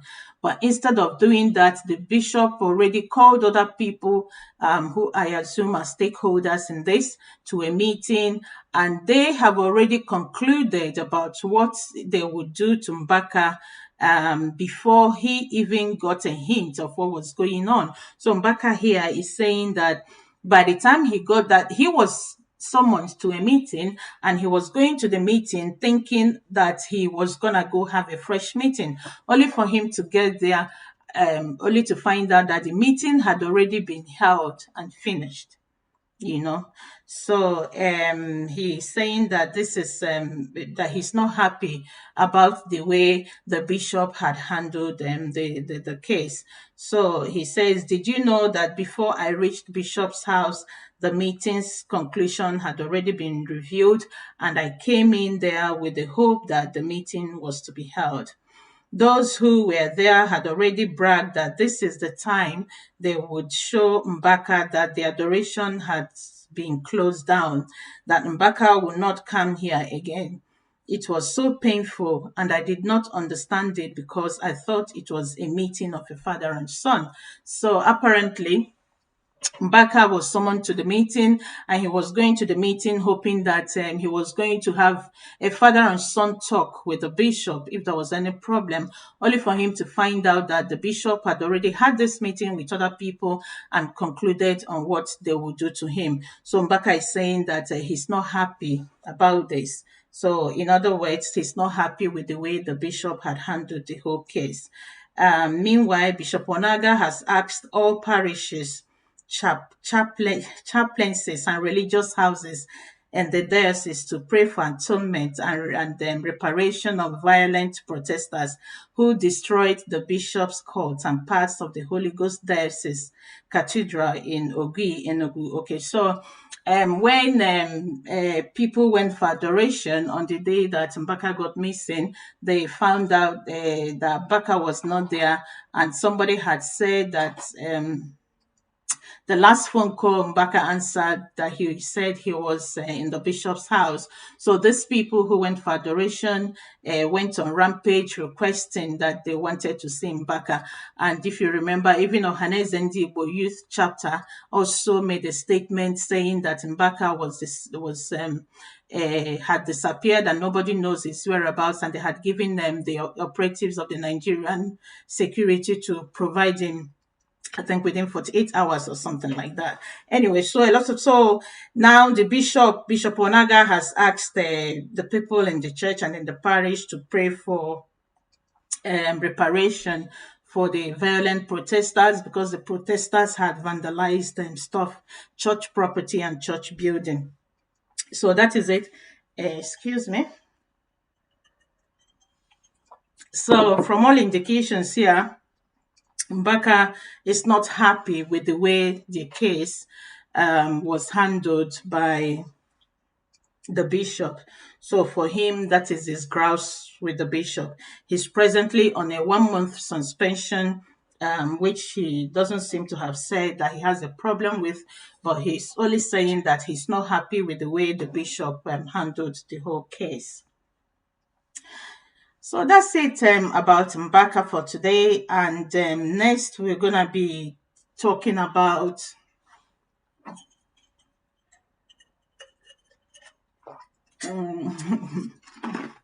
sorry, guys. I have to eat ice. All right, cool. So, and I'm getting so hot as well. Alexa, switch off mom heater. Thank you. Okay, so we'll go straight to the next topic, which is between Ohanes Ndigbo and El Rufai. So yesterday, El Rufai had made a statement saying that Igbo people cannot insult everybody in the state, in the country, and then turn around to ask for presidency. I mean, personally, that was very infuriating to me. When I saw that statement yesterday, I'm like, who the hell is he? How dare him, tell Igbo people that they cannot ask for presidency? The way Nigeria is such a joke, and I have no apologies for saying this. I say it all the time. If it is in a country or in a place where politics are done the way it's supposed to be done, who is one person to say that a certain part of the country is cannot ask for presidency? I don't even know why our politics has to be that way, that it has to be Igbo president or Hausa president or Fulani president or, Yoruba president. That is not how it should be. It should be that the people of Nigeria would vote in somebody who is competent to handle that position, irrespective of where in the country the person comes from. That is how it should be. But we have degenerated so badly that we now think that, oh, okay, Hausa man will be president today, and Yoruba man will be president today, Igbo man will be president tomorrow. It doesn't even matter if the people from that Igbo, Hausa, Yoruba, or wherever other places that they come from, whether they are competent to handle that situation, that position or not. So El-Rufai went ahead yesterday to say that Igbo people cannot insult everybody in the country, and then they want to ask for presidency. Who is he? How dare him say that Igbo people cannot ask for presidency? He could do that because we are in a country that that people are mad. In a country that things are done the other way around. Because like I just said a while ago, if it is a country where things are done in order, it doesn't matter where you come from. People should be able to vote based on merit. People should be able to vote who they want as their president because they are convinced that that person can, rule the country. It doesn't matter if the person is from the north or from the south or from the east, or a Muslim or a Christian or an atheist or an idol worshiper or whatever. It should be on the basis of that person as a human being, as a Nigerian who is capable of being our president and putting that country back in order. But we have this quota system in everything you can think of, even in presidency. Oh, Hausa have to produce, Igbo people have to produce, Yoruba have to produce. That is madness. Anyway, so after El-Rufai had made that comment, the Ohanaeze Ndigbo now took on him, and the Ohanaeze Ndigbo worldwide condemned the statement that the Kaduna state governor made, and then actually, I've told you the statement he made. El-Rufai had said that the Southeast will not get the 2023 presidency by insulting and threatening other Nigerians. If Nigeria was working the way it's supposed to work, nobody will insult anybody. Nobody will demand for anything. But because certain people who feel entitled and that Nigeria is their birthright, or that it's their merit, they have to occupy every position. They have to own everything. So they have filled in all the space and not letting anyone else come in. So that is why they now feel like people are insulting them, because these people are asking for their rights. So the Ohanaeze Ndigbo, I've said that. So in a statement on Friday by Mazi Okechukwu Isiguzoro, Secretary General of Ohanaeze Ndigbo Worldwide, the group described El-Rufai's assertion as idiotic and laughable. And definitely, of course, it is idiotic. It was a very idiotic and a very laughable statement that El-Rufai made, saying that Igbo people cannot ask for presidency after insulting people, everybody in the country. Like, seriously, who are you to even say that? So it was a very idiotic statement and quite laughable indeed. So in the statement by Ohanaeze Ndigbo, the statement stated that the 2023 Igbo presidency belonged to the Igbo and the Kaduna state governor should stop blackmailing the region and focus on the security challenges confronting his state. El-Rufai spoke during a webinar organized by the Africa Leadership Group and tagged developing a viable nation too. Honestly, I'm not a fan of all these their seminars, workshop, and conferences and all that. It's just a waste of time. So I'm not gonna dwell on that. El-Rufai, while responding to a question about why someone of Igbo extraction had not become Nigeria's president yet, he said, "I don't think anyone has stopped the Southeast from going for the presidency, but you see, you cannot get the president of Nigeria by threats or by shouting victimhood. This is a political process, and you have to engage other parts of Nigeria to convince them to support you." Okay. I think the Southeast is going about it the wrong way, because if you look at the APC, which is the All Progressive Congress Party, for instance, we do not have many footprints in the Southeast. But the Ohaneze Ndigbo worldwide, the Apex Igbo socio-cultural organization, said Nigerians are aware of the backstage activities of Governor El-Rufai as the India Amin of the North, whose interest is contradictory to the Northern collective interest. He is only pushing the selfishness of the few cabals deceiving President Buhari without any solution to the insecurity challenges in the North, and now spreading in the South. That is the insecurity which was in the North, but now spread into other parts of the country. We urge El-Rufai to fix the Kaduna state insecurity challenges before discussing the 2023 elections. Southeast is not alone in the secessionist movements. We have seen Oduduwa and Middle Belt ethnic groups displaying flags of Oduduwa and Middle Belt nations, as both groups are in the same self-determination struggles as the Igbos. So that is it. If Nigeria was good, nobody would be asking for any self-determination. Nobody would be asking for self-rule or whatever, or independence, or whatever you want to target. Nobody would be, if Nigeria was good, nobody would be asking for any of these things, because we will all be so busy living our good life and being in a happy place with ourselves that even if somebody comes to you to say, "Oh, do you know that there could be a country like Biafra?" You would just, like tell the person, "Just do one." But because Nigeria is not good, because a little proportion of people, of the population, are enjoying the country. So the main people who are supposed to be enjoying it, which is you and I, are denied that enjoyment, because this certain group of people feels that Nigeria belongs to them. They feel it is our right to own, to enjoy every resources that is coming from every region in Nigeria. So because of that, these other people from these deprived regions are now sitting up and saying, "No, it cannot be that way.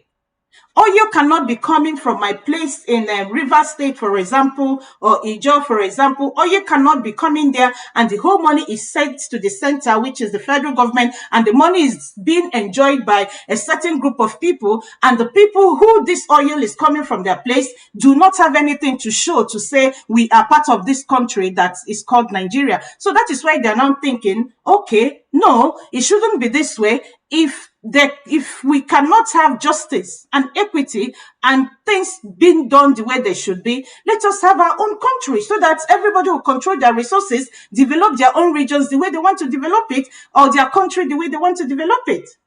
So if Nigeria was good, nobody would be asking for anything. And it's high time people like El-Rufai and others understood this. I believe they understand it, but okay, so the Ohaneze Ndigbo goes ahead to say, "We are aware that in 1999, Nigerians voted for Yoruba presidency based on the injustices meted against MKO Abiola, which brought Obasanjo presidency. We are aware that Niger Delta struggles brought former President Jonathan to power in 2011. We are also aware that Governor El-Rufai and other northerners used the northern insurgency to push President Muhammadu Buhari to power in 2015.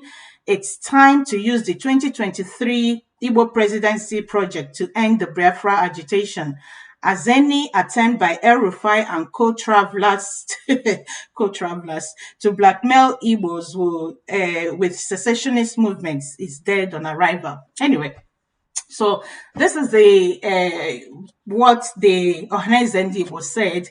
That is their opinion. So for them, they think Johannes Ndigbo thinks that it is the right of the Igbos to be given Igbo presidency this time. That they think that is going to end the secessionist quest by the Igbos. I don't know about that, but personally, my own view is that this idea of having Igbo president, Fulani president, Yoruba president is so stupid.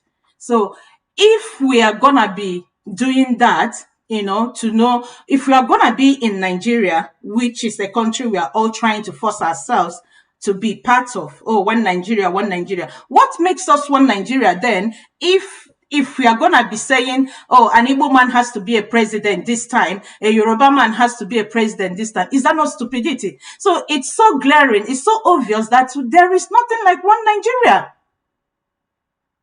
There is nothing like one Nigeria. If every time something is to happen to the country, as a unit, we'll start bringing tribes and religion into it and saying, this person is an Igbo man, this person is a Yoruba man, this person is a Niger man, this person is Nupe, blah, blah, blah, blah, blah. Why are we then one Nigeria? How? How does that work? Anyway. So that's it about Johannes Ndigbo and the El-Rufai thingy. So don't forget you can phone in to join. Let me see if I missed any call. No, I didn't. Okay, fair enough. So don't forget that you can phone in if you like to join me. The numbers to call are on the screen. If you're on Facebook, you will see the number scrolling down on your screen. And if you're on WhatsApp,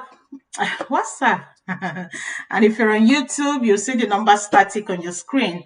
And please, you can only phone in when the program is live. So now it's live, but when it's no longer live, don't bother phoning in place. And then just for me to round off today, I'm going to touch on the story that says, protester stabs police officer to death in Abuja. Another sad one. So this happened yesterday. People were protesting yesterday in Abuja, and actually in the morning yesterday, we had seen this video that was trending and making round of some Fulani people vandalizing and stealing people's property somewhere in Kubwa yesterday and running away with people's stuff. So that same yesterday, they had a group of, there was protest. I will find out more details about it anyway. So I'll just get into it so you get more details. So the police command in the Federal Capital Territory, FCT, said one of its officers, Ezekiel Adama, was on Friday stabbed to death during a violent protest. Oh my God, in Abuja. The police public relations officer in the Federal Capital Territory, Miriam Yusuf, disclosed this in a statement in Abuja. So Yusuf said that the deceased deployed to restore calm during a protest by members of the disbanded Islamic movement of Nigeria. So the group that was protesting yesterday is a group called the Islamic Movement of Nigeria, but this group had already been proscribed and disbanded, but they went ahead to protest yesterday, and unfortunately they stabbed a policeman to death. So the spokesperson of the police said the command had successfully restored calm after professionally dispersing the violent protesters at Beggar Roundabout. So this happened at a Beggar Roundabout in Abuja yesterday. And the PPRO said that members of the disbanded movement on Friday went on rampage, destroying public property and attacking innocent citizens, including police officers, using dangerous weapons. She said that 49 members of the movement had been arrested and would be arraigned in court upon the conclusion of the investigation. According to her, the Commissioner of Police in charge of the Federal Capital Territory, Mr. Baba Sisiroma, wishes to commiserate with the family of the deceased who paid the supreme price in service to the nation. Yusuf warned that the command would not condone further attacks on its personnel, equipment, or other public property by members of the proscribed group. She urged residents of the Federal Capital Territory to remain calm and law-abiding and pledged an unwavering commitment of the command to the protection of lives and property within the FCT, blah, blah, blah, blah. So that's it really. So it was this group called Islamic Movement of Nigeria who were protesting yesterday, and unfortunately during that protest they stabbed a policeman to death. So this policeman was one of the men who was dispatched to go sort out the situation, but unfortunately one of them died, doing that, and that is so sad. That is so sad. And the same yesterday in Abuja, probably it's this same group, I don't know, but there was this video making round about this group of Hausa people, Fulani people were shouting Fulani, Hausa, and all that. In the video, they were destroying people's things and stealing people's property somewhere in Kubwa yesterday. So I don't know if it's the same group that has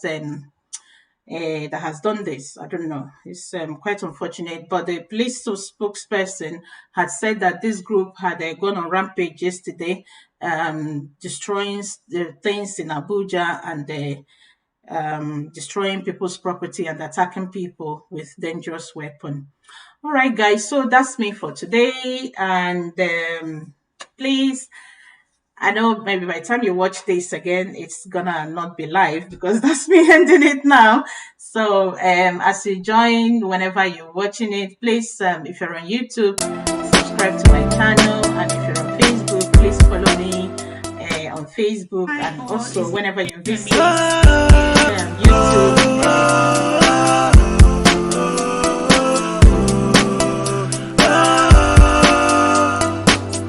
Get you first is here for you again to tell you all you need to know. Get you first, home for all. Queen Diva. Get you first, home for all. Queen Diva. All you need to do is just to follow. Get motivated and educated. Queen Diva, get it first is here for you. Against all odds, we are pushing higher, higher. We are moving higher, higher. We are crossing boundaries, boundaries. Queen Diva, oh, oh, oh, oh.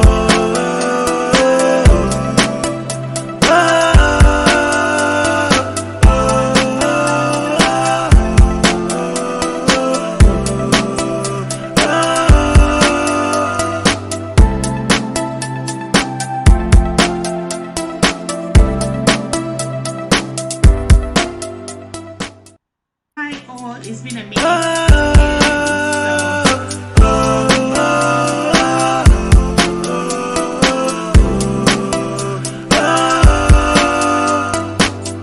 Get it first is here for you again to tell you all you need to know. Get it first, home for all. Queen Diva. Get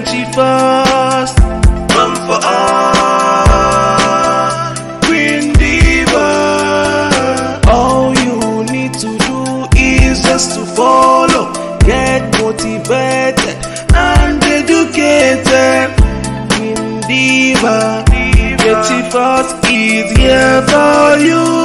Against all odds, we are pushing higher, higher. We are moving higher, higher. We are crossing boundaries, boundaries. Queen Diva. Oh, oh, oh,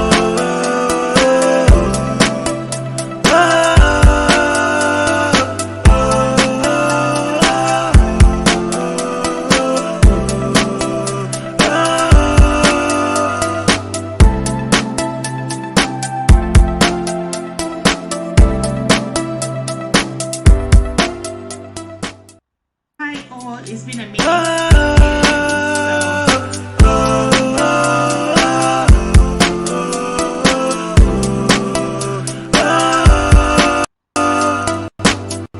Get your Force is here for you again to tell you all you need to know. Get your Force, go for all. Queen Diva, get your Force, Good morning, wherever you're watching from. Thank Queen you. Diva. All you Thank need you, to everyone. do is just to follow. Get it, Diva is here. Oh, they're pushing higher, we are moving higher, higher. They're crossing boundaries. First thing you will do for me is to please kindly share the broadcast on your own platforms. If you're on Facebook, share to your friends, to invite people to follow the page, to watch the live stream as well. And if you're watching on YouTube, kindly subscribe to the channel and also help me to share. It's been a busy week. Even though it's only Tuesday, it's been a really busy week. A lot has happened in the contraption called Nigeria. I mean, like so much has happened. I won't be able to talk about everything, so I kind of just picked and choose what I thought that you might like to hear more about or hear what I think about it. So if you see the caption, you would have probably seen some of the things I'll be talking about today. So one is how the police in Lagos has said that IPOB had planned or is planning to attack some soft areas, soft targets, according to them, in Lagos, and how IPOB has denied this, and also how IPOB and Oduduwa has told the Nigerian government that your divide and rule cannot work this time around, that IPOB and Oduduwa are one. And from that as well, we'll be looking at Father Mbaka again. Well, he's still in the news. The adoration ministry has been shut down. And apart from that, we'll also be talking about how Mbaka has said that President Buhari would suffer. So you need to stay with me to find out why Mbaka says that President Buhari is going to suffer.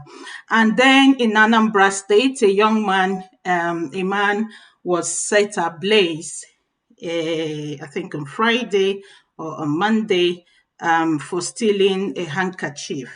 That's very, very sad and very unfortunate. So I'll be talking about that as well.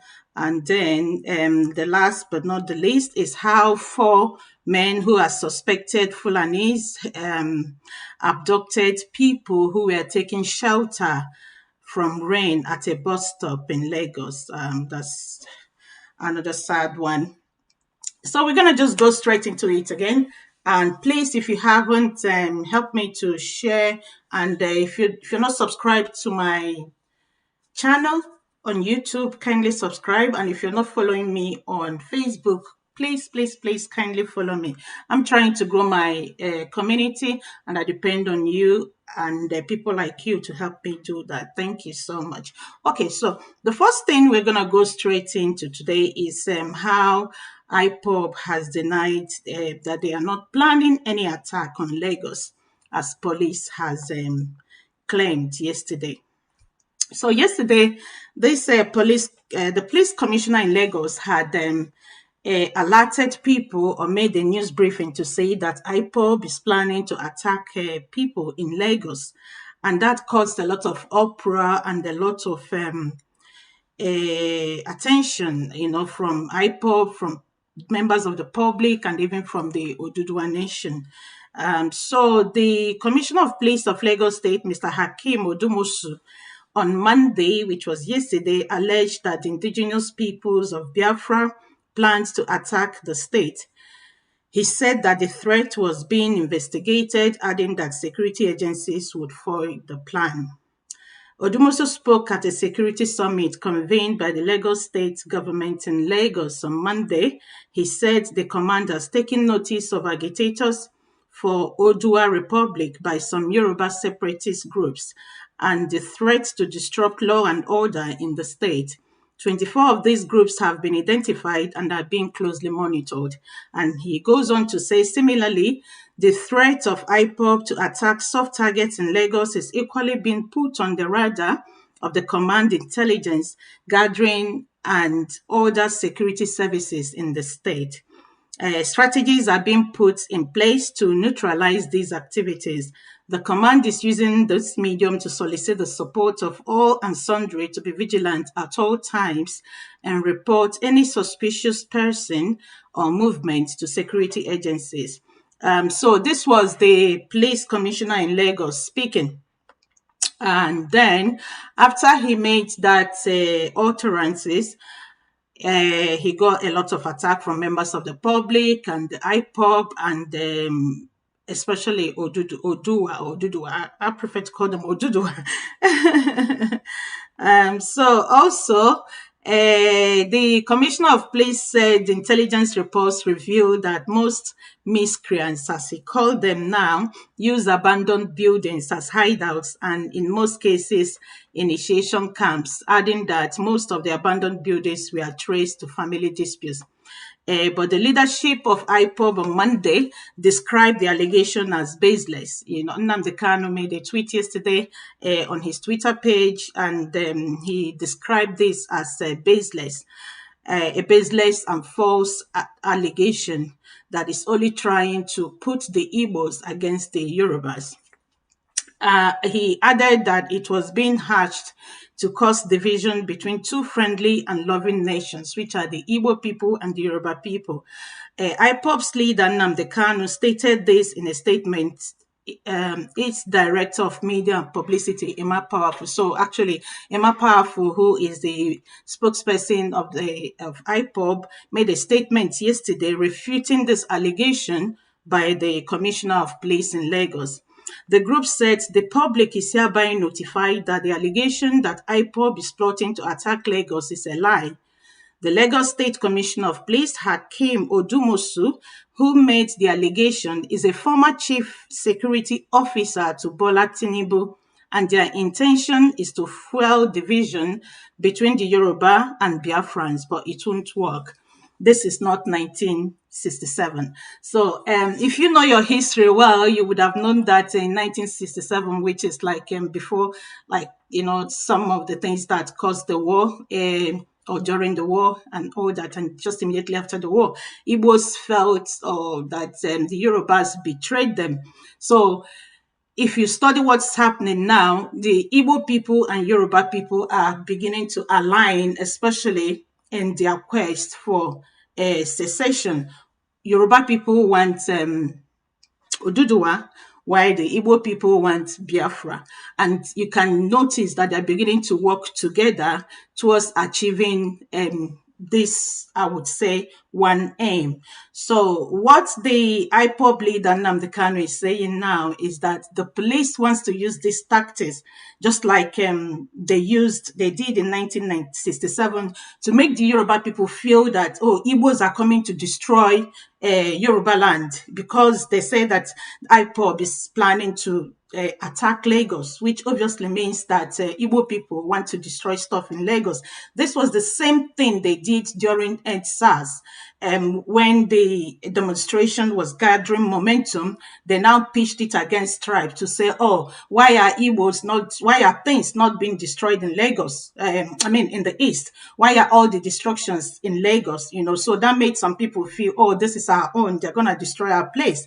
So that's the tactics they want to use now to get the Yorubas actually against the Igbos. But unfortunately, I think a lot of people are more alert at this time and more sensitive at what's coming out in the news, what is happening and watching. So immediately the Commissioner of Police came out with that to say that IPOB was planning to attack Lagos. IPOB immediately took on him, and even the Odudu. I'm gonna get you that's a Yoruba group actually that brought out a statement yesterday attacking the Commissioner of Police for saying that. So this Yoruba group, they back Kanu, they back Nnamdi Kanu over the alleged attack and said, I think I'm going to just try and read that out to you, maybe to make more sense. So in all, actually, what I'm saying is that people are wiser now, people can understand the game. People can understand what is going on. It's not like in those days where you could just say something and everyone would take it hook, line, and sinker. So if the police or whoever is planning something in Lagos, they want to now put it out there to say, oh, IPOB wants to attack Lagos, so that people eventually, if anything happens, people are going to think, oh, it's IPOB did it after the police said.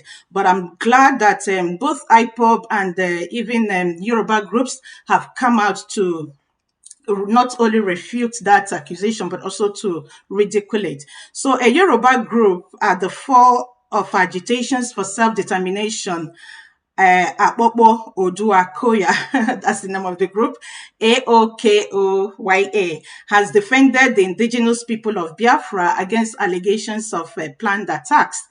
The Lagos State Commissioner of Police, Hakeem Odumusu, had earlier raised an alarm that IPOB was planning to launch an attack on soft targets in Lagos. All right, so I think we've gone through this. So I'll just tell you what the group said. In the statement on Tuesday, Okoya described the allegation by the police boss as false, stating that such comments are targeted at causing conflict between Igbo and Yoruba people in Lagos State. So that's exactly what every other person is saying, that the aim of this thing that the police commissioner said, what he intended to do was to cause problem between the Igbo people and the Yoruba people in Lagos. He must have been expecting this, but that by now, Lagos people of Yoruba in Lagos will start telling Igbos, oh, you have to leave our state because you want to destroy it. But he got a reverse of what he wanted. So Ekuya said, this is clearly another grand plot to set the Yoruba against Igbo who do not believe the police claim. The group said the claim is not only suspicious, but also raises a lot of questions, given the silence of the same police force, since Fulani terrorists have been attacking the entire Southwest. That's it. Fulani terrorists have been attacking Southwest, kidnapping people, destroying people's farms, killing people, raping women, and all that. And the police has never ever said anything. Even when is it Amatoku? I'm sorry if I don't get the words right. Amateku, the vigilante group or the security outfit of Lagos, even when they arrest some of these bandits and kidnappers and terrorist headsmen, the police set them free. So if you are so concerned about the people of Lagos, why are you setting free the people that come to attack them? And then you turn around to say that IPOB want to attack Lagos. What have you done about the people that are already on ground attacking them? You haven't done anything. So how do you want anybody to believe you? Anyway, so Akoya said it is possible that a rogue group may attack strategic assets in Lagos, and then the police will put the blame on IPOB in order to set Yoruba and Igbo people against each other. This is a game of wits. We urge Igbo and Yoruba to be aware. When Fulani terrorists were attacking Yoruba, kidnapping the people, the police did not mention any name. That's it. There you have it. Police know that the Fulani people were attacking the Yoruba people, maiming and killing and doing all sorts of atrocities. The police never came out to mention any name to say, oh, Fulani headsmen or Fulani terrorists or Fulani people are the ones attacking and kidnapping and killing. But now they want to come out and just say, oh, IPOB is planning to attack Lagos. I mean, how ridiculous is that? Now that IPOB is fighting for self-determination, the Fulani leadership is looking for a way to divide the emerging Igbo and Yoruba solidarity. This evil plot will fail. We call on the federal government to send soldiers to flush out the Fulani terrorists in Yewa, Igona, in Oyo, and armed Fulani cells across the southwest forest. IPOB is not Yoruba problem.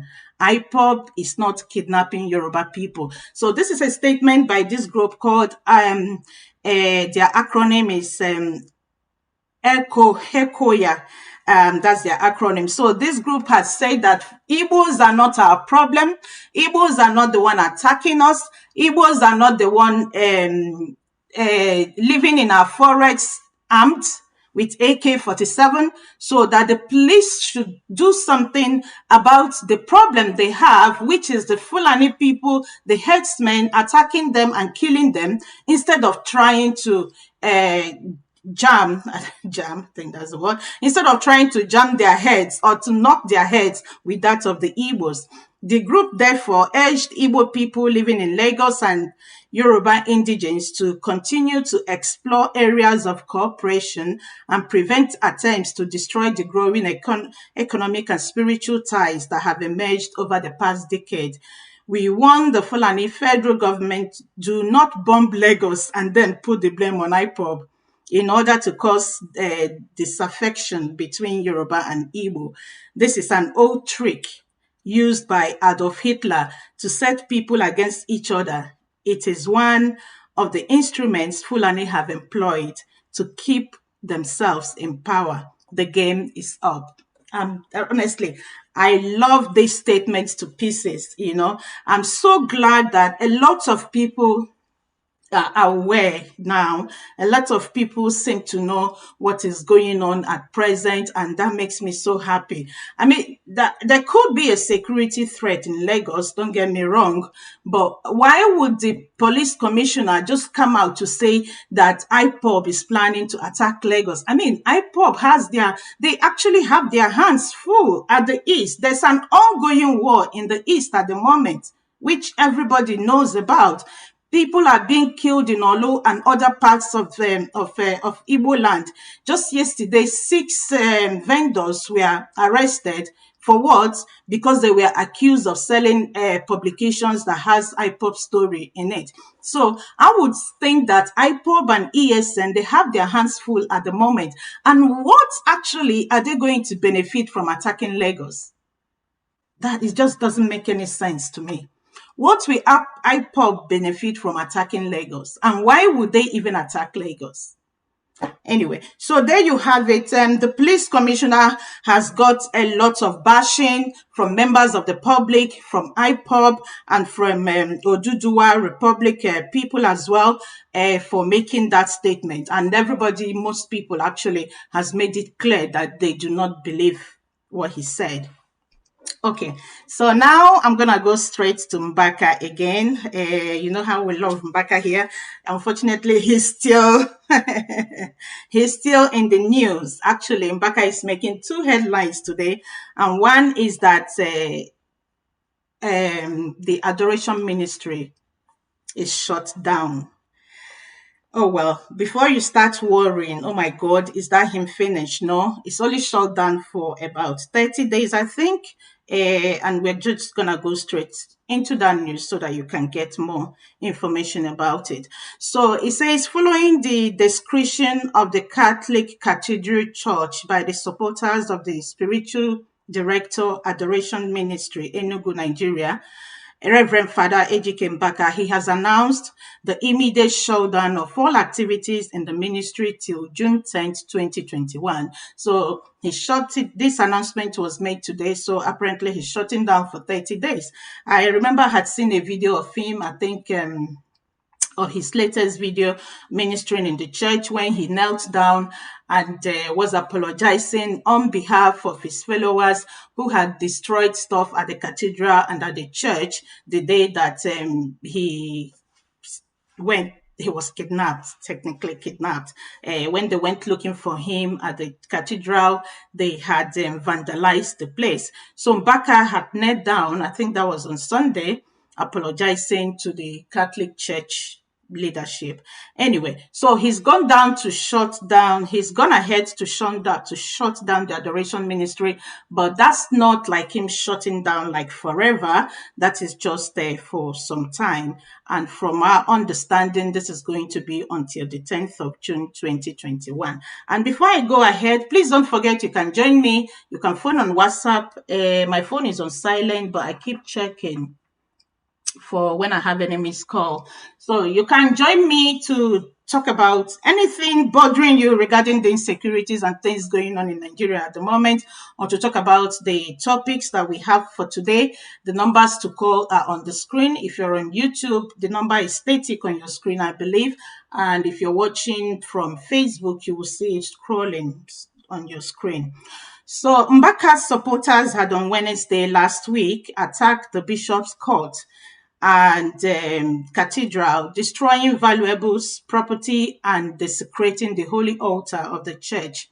But Mbaka, in a release he personally signed and made available to correspondents and through his media team on Tuesday morning, which is this morning, said he would be embarking on a private prayer retreat for penance. Oh, I feel really sorry for him, and atonement. So what has happened is that Mbaka says that he's going on a 30-day retreat, so he can do penance and atonement for himself and especially for his followers, actually, for desecrating the church and for destroying, for desecrating the church altar and for vandalizing stuff in the church.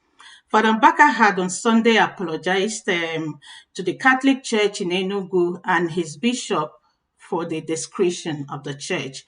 But the statement titled Notice to All Adorers said the private prayer would last till June 10, 2021. So he directs that members of the ministry are to observe this period of his retreat as they used to do during the usual January breaks of the ministry. Okay, so apparently the ministry used to have breaks in January. So, and he's telling his followers or his members of the adoration to also take this, like that sort of break that they usually have in January. So meanwhile, following the violent attack on the church, Catholic Bishop of the Diocese, Most Reverend Callistus Onaga, has declared a 7-day fasting and prayer for the atonement and reparation of the evil committed against the church.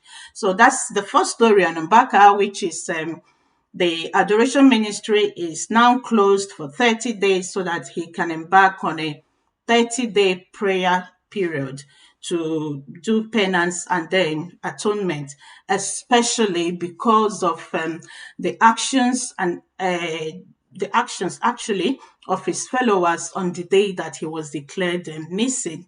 If you know, you will remember that they had gone to the bishop's church. They had gone to the church and was looking for him because somebody had said that the last call he answered on that day, he said he was at the bishop's house or quarters. So the people went there looking for Mbaka and they vandalized the church. And the church is also claiming that they desecrated the altar. So all these had led Mbaka to think, okay, I'm just going to take 30 days off and do penance. But don't also forget that when he went for that meeting with the bishop, when technically he was kidnapped or who held hostage, what the bishop had told him was to take a 30-day break. That was what we heard. He was told to embark. In fact, the bishop said, we're going to keep you here for 30 days so you can use that period to pray and think about all you have done. But because his followers now were on rampage and were looking for him, the bishop had to release him. So what I'm thinking is this is just a follow-up or in obedience to what the bishop actually requested of him to do, which was to close the adoration for 30 days and just have that 30 days to himself for prayers and atonement. So I think this is actually what he's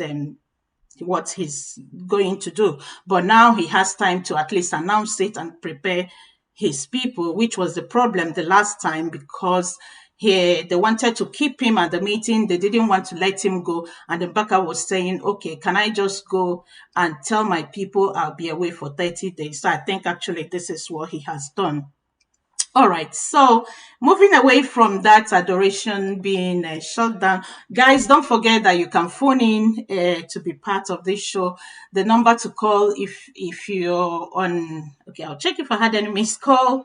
Like I said, my phone is always on silent, so sometimes I don't even know when I get a call. Okay, none yet. So if you want to be part of this, you can phone in. The number to call if you're on YouTube is static on the screen, and please WhatsApp call Zoli. I believe it's cheaper for all and easier for all of us wherever in the world you're calling from.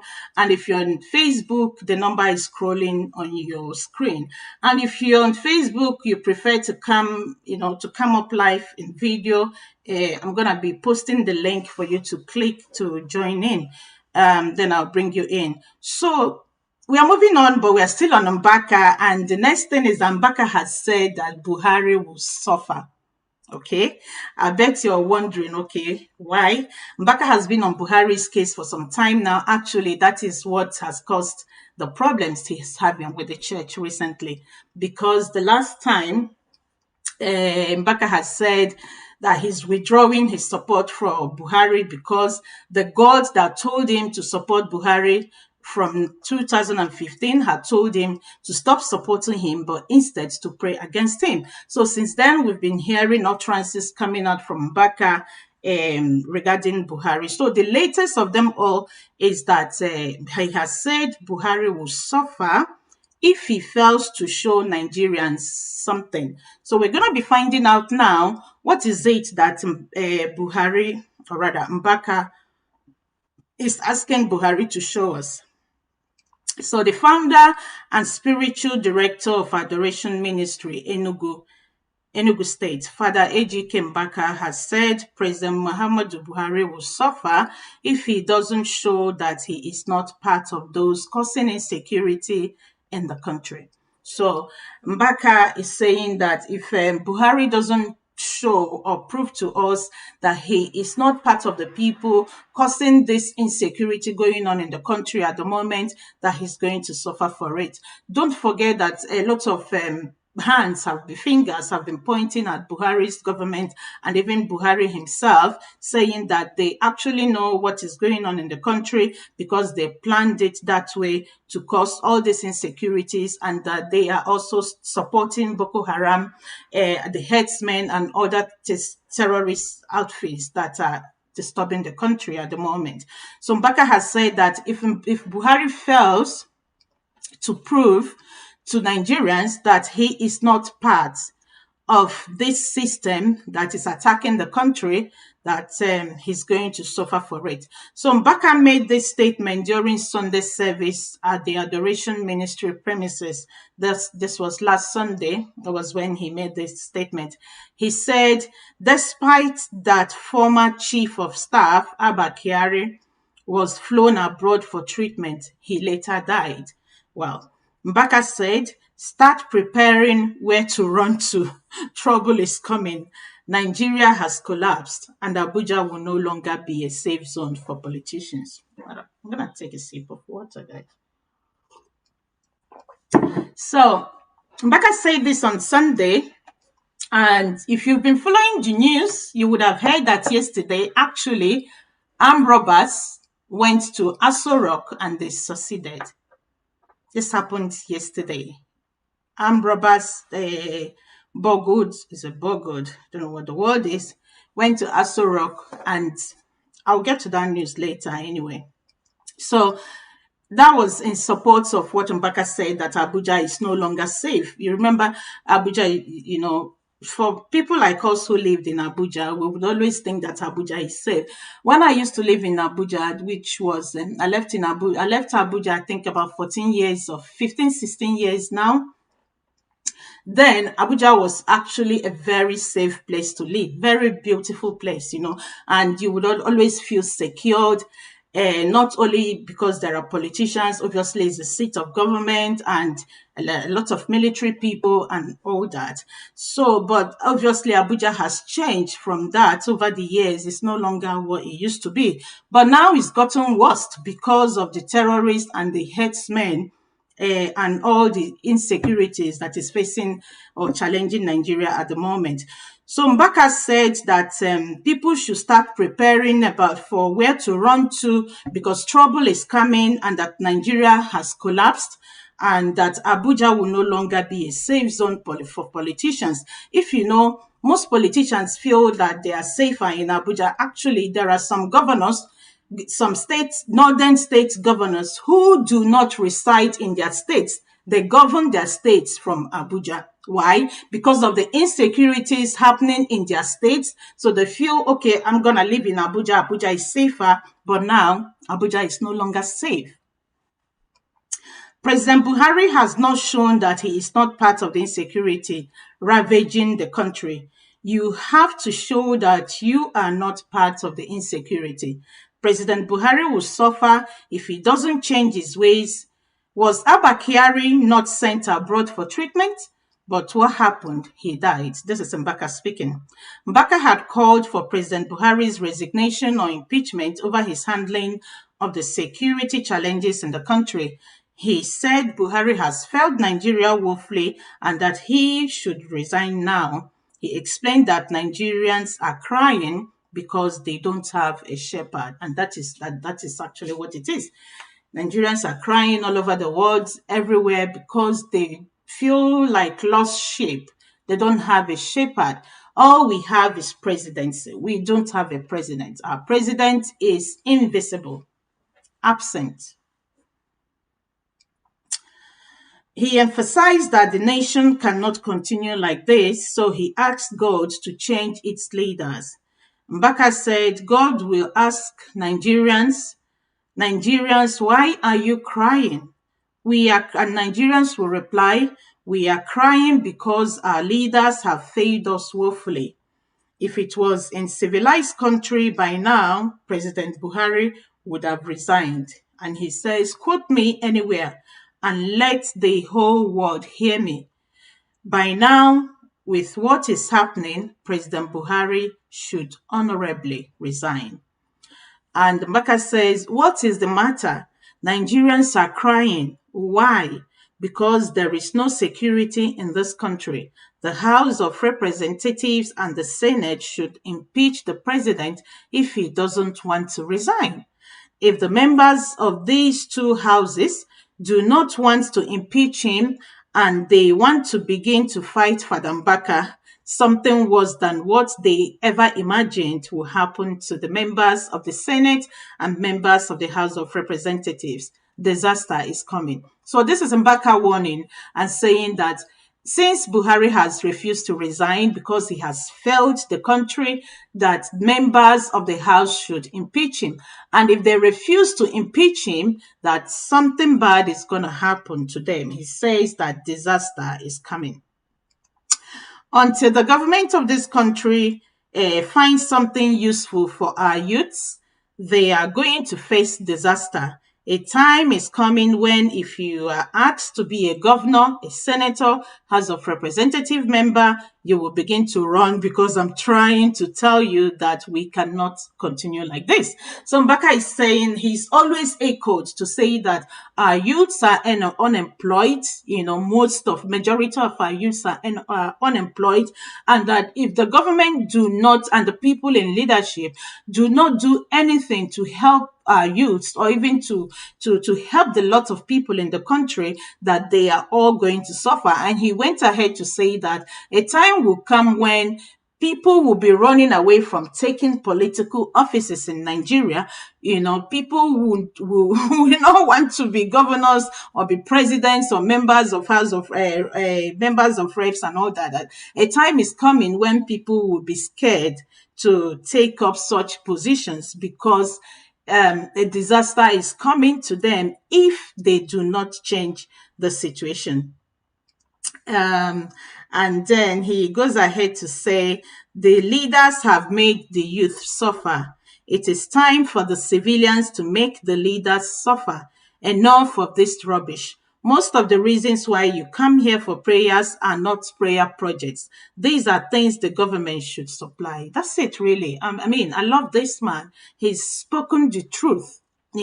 He says that most of the reasons why people come for prayers at the adoration ground is not really prayer points, that these are things that the government should be doing. For example, you need a job, for example, and you're going to adoration to pray for a job, while the federal government are busy closing outfits that are supposed to be job providers, frustrating business people, importers, with the rate of the pounds, no, with the rate of the naira, the exchange rate and all that, the taxes on importation and the insecurities and everything else working against that country, the people who are supposed to be labor employers are closing down. So Mbaka, this is just one example for it. So he says that most of the things that make you come for prayers are not really prayer points. These are things that the government should have done for you. He says to feed, pay for house rent, even to import products from abroad. Taxation has doubled. The international community cannot come to Nigeria to invest anymore. Are we living or dying? Honestly, he's spoken the mind of millions of people. So is that what the sad thing is that it doesn't get better. You know how people would want to comfort themselves, let us keep praying, it will get better. It doesn't get better. It's actually getting worse day by day. So Baka is saying that, are we living or are we dying? That people are coming to pray so they can get money to pay their rent, they can get money to feed, or even to be able to import goods, because they don't have these things. And these are things that the government is supposed to help them do. It's not like the government is supposed to give you food, but if you were working, for example, you would have money to feed yourself and to feed your family. Mbaka says, God is asking, what is the matter? I am telling God now, let him change our leaders. Meanwhile, on Sunday, there was a burglary attempt on the residence of Chief of Staff to the President. I just told you that a while ago, Professor Ibrahim Gambari at the presidential villa. So there was a burglary attempt. It was alleged his residence and that of administrative officer of the State House, Abubakar Maikanu, were targeted by suspected armed robbers. Senior Special Assistant to the President of Media and Publicity, Malam Garba, who confirmed the incident, said there was indeed an unsuccessful attempt to burgle Gambari's house, which is located within the villa area, a short distance from the State House, Abuja. On his verified Twitter handle, Garba Shehu, the presidential spokesperson, said the Chief of Staff, Professor Ibrahim Gambari, has confirmed that there was a foolish attempt to burgle his residence at 3 a.m. this morning, but it turned out to be unsuccessful. President Gambari, Professor Gambari, whose house is on the street next to the villa, has assured that there is nothing to worry about from the incident. But seriously, man, even if the burglary attempt or the armed robbery, whatever you want to call it, was unsuccessful, how is it even possible that these rogues were able to get through and then get into his house at 3 a.m. in the morning? If that doesn't worry you, it does worry me. And I think it should worry a whole lot of people that something as big as Asorok, which is the seat of power, where one would say is the most secured place in our country, had a burglary attempt.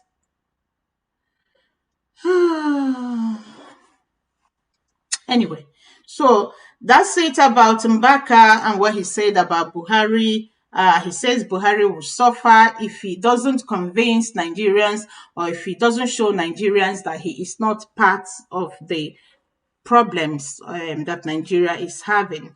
And he also went along to say that a time would come if the people in politics, or who's got the political powers, do not change the situation of the country, that disaster is coming after them, and a time would come when no one would want to take up any political post.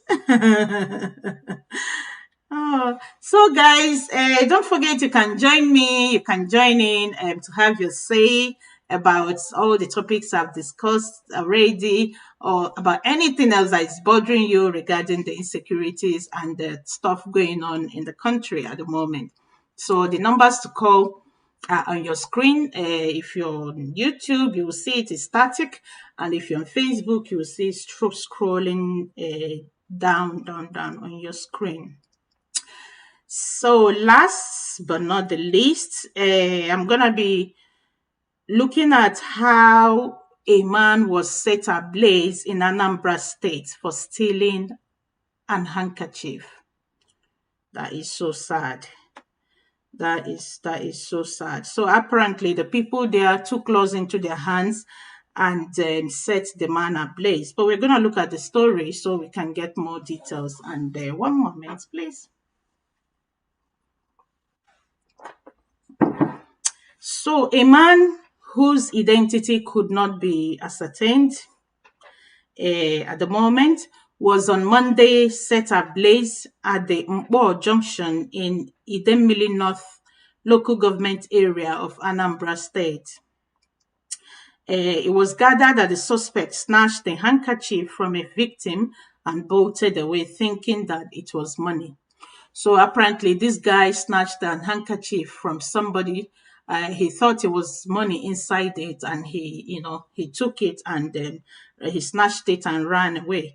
A source said the deceased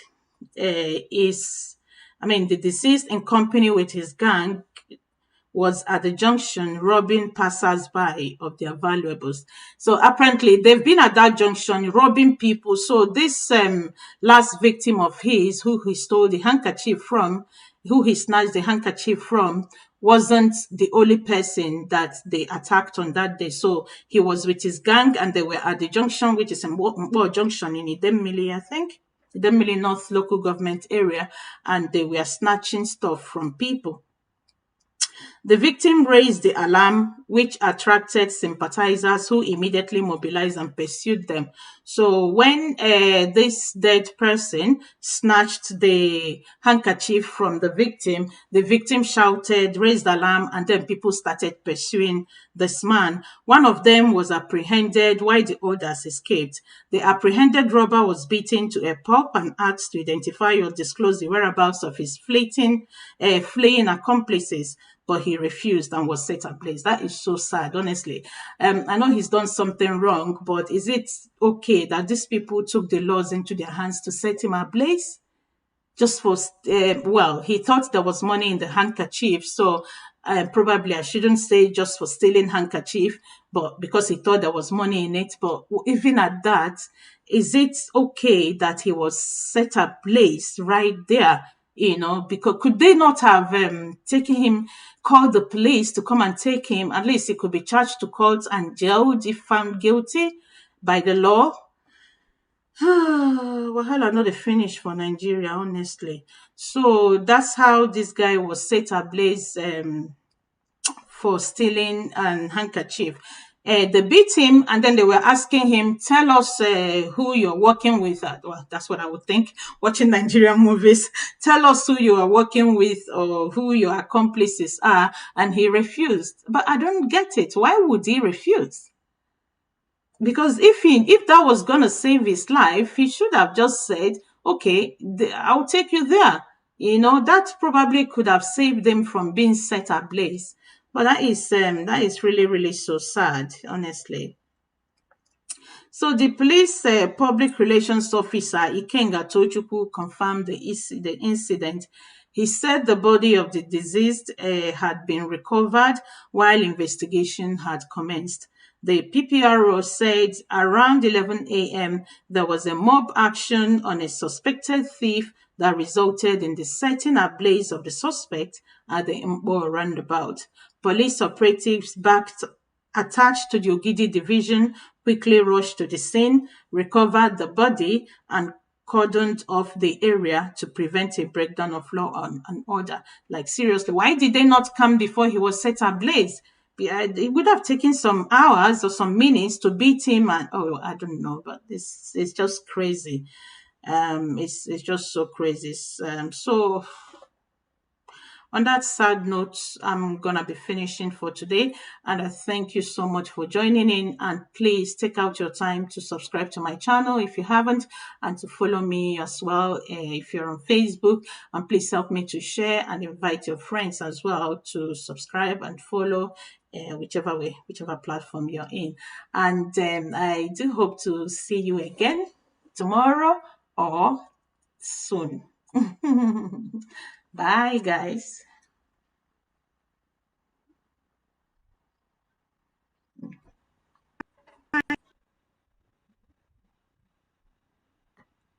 Hey, guys. Hi, all. It's been a minute.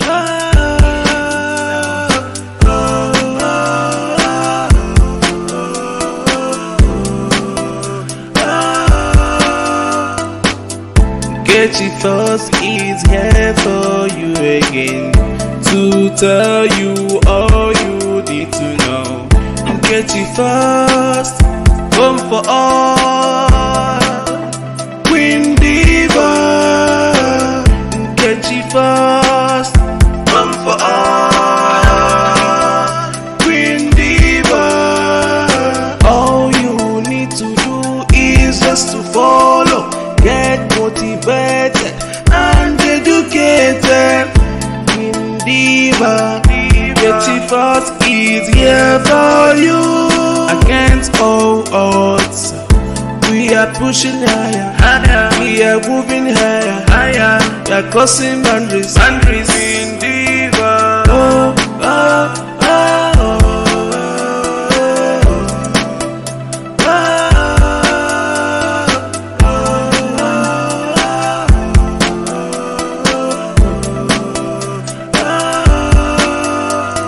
Hey, guys. Sorry for that wee break in transmission. So that's me starting now. And thank you for joining me. If you haven't,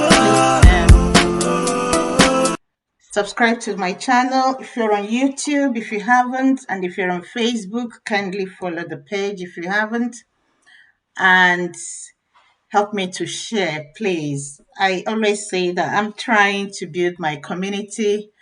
And I depend on people like you to help me do that. And the best way to do that is to share the video.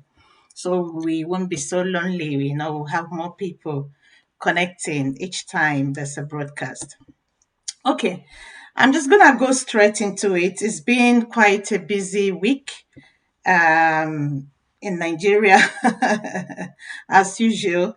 And personally, it's been a busy week for me as well. So I couldn't make it yesterday. But I'm here today anyway. So today we'll be talking about the Southern Governors Forum, I don't know if it's a forum, Southern Governors who met for the first time for nearly about 100 years. They haven't met. And they met for the first time 2 days ago concerning the insecurities in the country, and especially as it has to do with the South. So we'll be talking about that, and we'll also be talking about how the Southern senators and members of House of Reps has also said they support the decisions that these Southern governors made during their meeting. And we'll also be talking about the reaction of Northern Northerners, their elites, if you want to say that, especially the man called Usman Yusuf, their reaction towards the meeting of the Southern governors and their decision. And then I'm going to be telling you as well how thunder killed cows, Fulani cows, in a town in um, in Nigeria, and about two northerners who are suspected members of the unknown gunmen that's been terrorizing the East. How two of them were arrested with obviously AK-47s.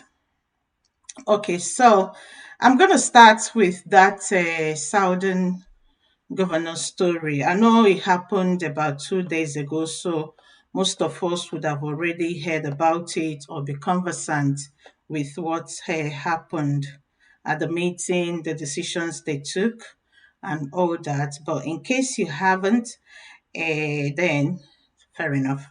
I'm going to be telling you more about it.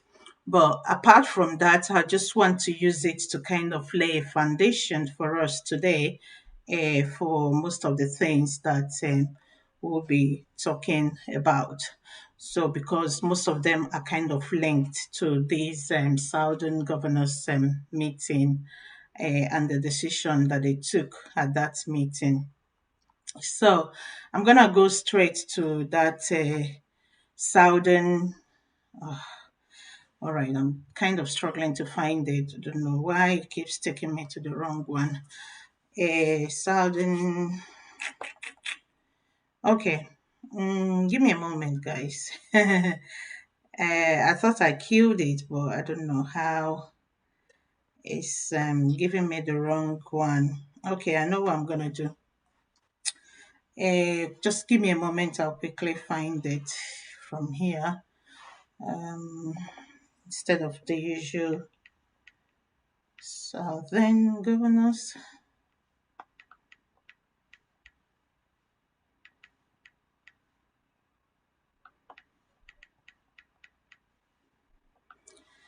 Okay, hurry up, man. Okay, so here it is. Sorry about that wee bit of delay. Oh, that's what I need. Um, where are you? Okay, sorry guys. I'm so sorry about that. Okay, so here it is. 17 Southern governors met and they took a decision on a number of issues, but the most glaring one is the ban on open cattle grazing. So they made a decision among them to ban open grazing at that meeting. Like I said, they made several other decisions. The one that kind of key to us this evening is their ban on open grazing, because other things we are going to be talking about are kind of linked to it. So if you're looking at the screen, if you're on YouTube, you will see a picture of the Southern governors, like the picture they all took together. It was 17 of them that met. And so now I'm going to kind of tell you some of the decisions that they made. So, after individual attempts to address menace of open grazing in southern states, the Forum of Southern Governors, in one voice, announced a ban on open grazing in all the 17 southern states. They recommended that the federal government should support willing states to develop alternative and modern livestock management systems. So they met amidst every other thing that they talked about. Like I said, the kind of one that I'm interested tonight in is the ban on open grazing. And they kindly made a suggestion to the federal government to provide alternatives for people or for cattle rearers. So they also called on President Buhari to, as a matter of urgency and importance, address Nigerians on the frightening state of insecurity across the nation and convoke a national dialogue. So, one thing I've said is that they banned open grazing, and they also called on the President Buhari to address the nation, especially considering the state of the security in the country. Well, yesterday there was a news that Buhari, that his dementia got worse. Actually, that I think he was in a meeting with EU on Skype or something like that, a video conference, video meeting, and he got incoherent. So that one I think send a long thing. I don't know how somebody will get dementia go fit address the nation, but it's so unfortunate. I feel sorry for him actually, because the people who are ruling in his name are just suffering him. If he's sick to that extent, they should let him go and rest. He's already, gotten enough from Nigeria anyway. So what's the point hanging on to power and suffering? They bring him out like a dummy and then put him back. And I don't know. I think that's a talk for another day, though.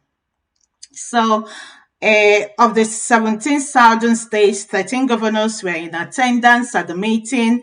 And the governors that attended this meeting are Ifeanyi Okowa from Delta State, Dr. Kayode Fayemi from Ekiti, Nyesom Wike from Rivers State, Godwin Obaseki from Edo, Dapo Abiodun from Ogun, Seyi Makinde from Oyo, and Babajide Sanwo-Olu, who is the governor of Lagos State.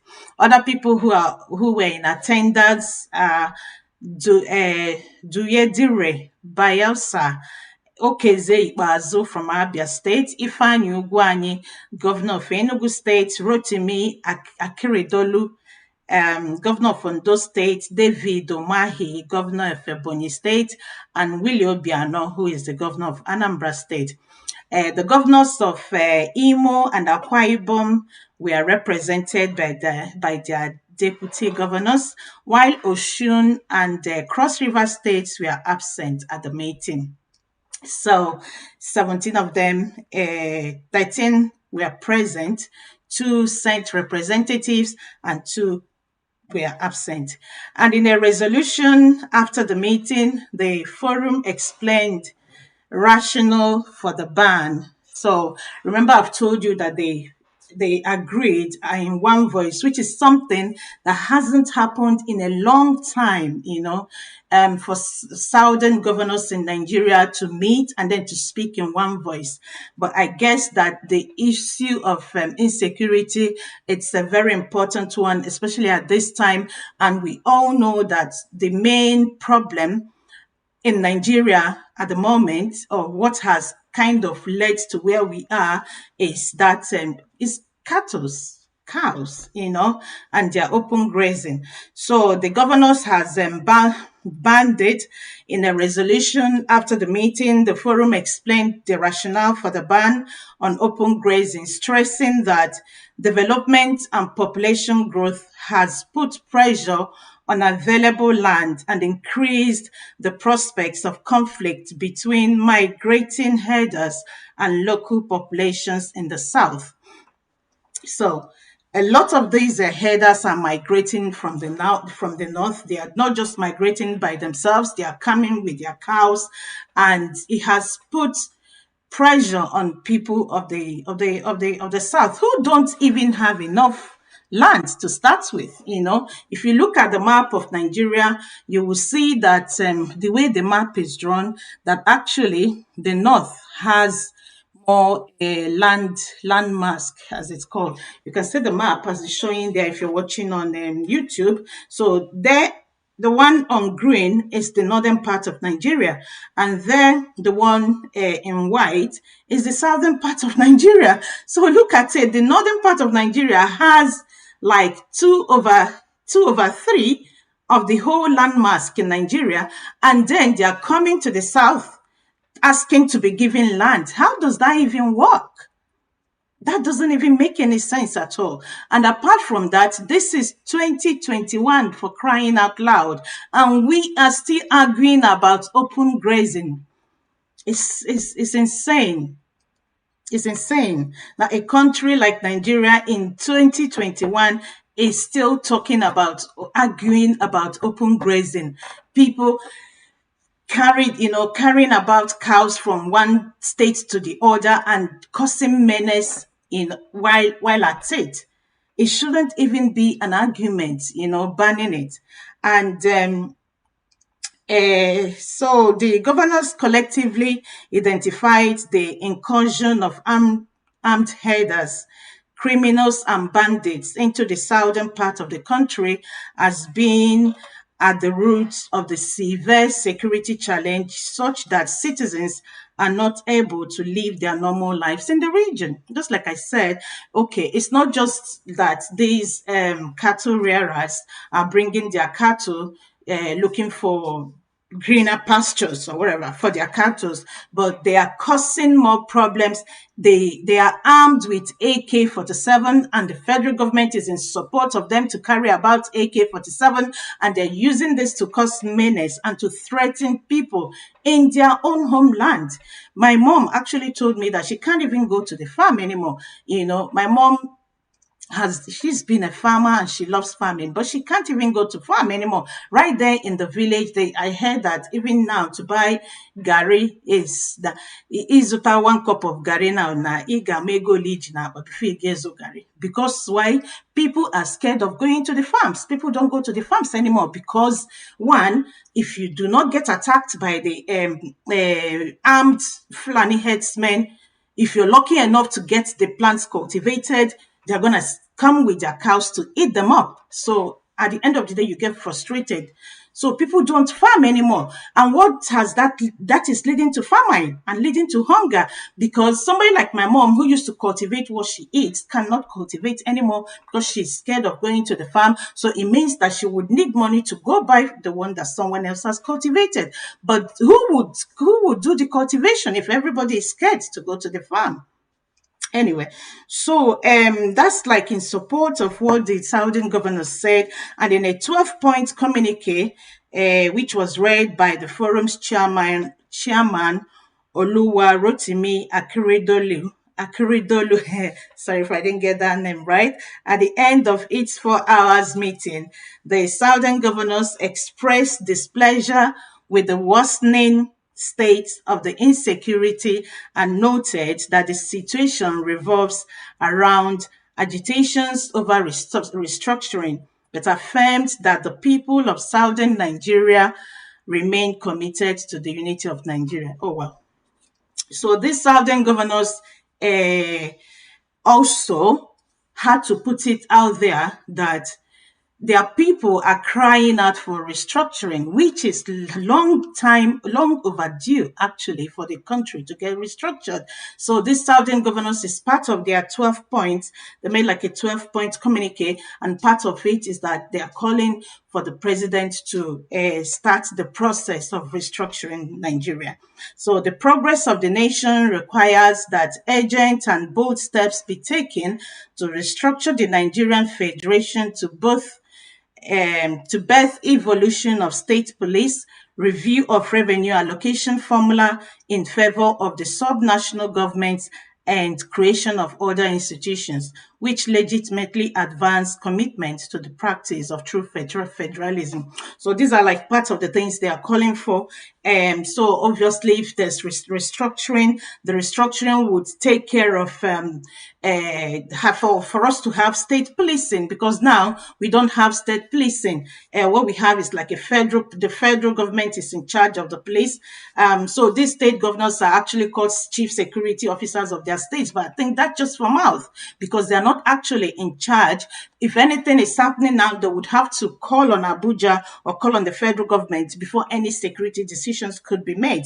So part of the things that they're saying, that when the restructuring happens, that we're going to be able to have state police, and then there will be a review on the allocation formula of the revenue. So now I think it's about 65% No, I'm not sure of the figures, but I know that the federal government gets like a higher percentage of the revenue. So what it means is that if you're from Abia State, for example, and your state generates revenue, that revenue, a percentage of it goes to the federal government, and then a small percentage of it remains with the state. How can a state develop like that? So part of the things that say calling for within this restructuring is for there to be a review of the revenue allocation formula so that it will be in favor of the subnational governments. And they're also calling of creation of other institutions which legitimately advance commitment and practice of true federalism, blah, blah, blah, blah. You people know I don't like big English. Okay, so the federal government should convoke a national dialogue as a matter of urgency based on the widespread agitation among various peoples for greater inclusiveness in existing government agreements. This is part of their communique. They also said the meeting noted that in defense to the sensitiveness of our various peoples, there is need to review appointments into federal government agencies, including security agencies, to reflect federal character as Nigeria's overall population is heterogeneous. So, I mean, this is self-explanatory if you ask me. So they are also calling that federal character be implemented. It's very obvious that with this present government, federal character has been forgotten.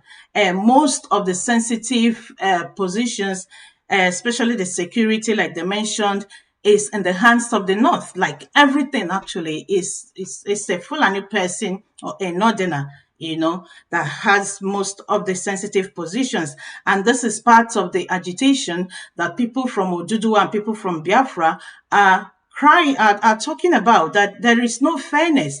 Nothing shows that this is a federal entity or a federal country or whatever system of government, because one part of the for the government to ensure that federal character is implemented.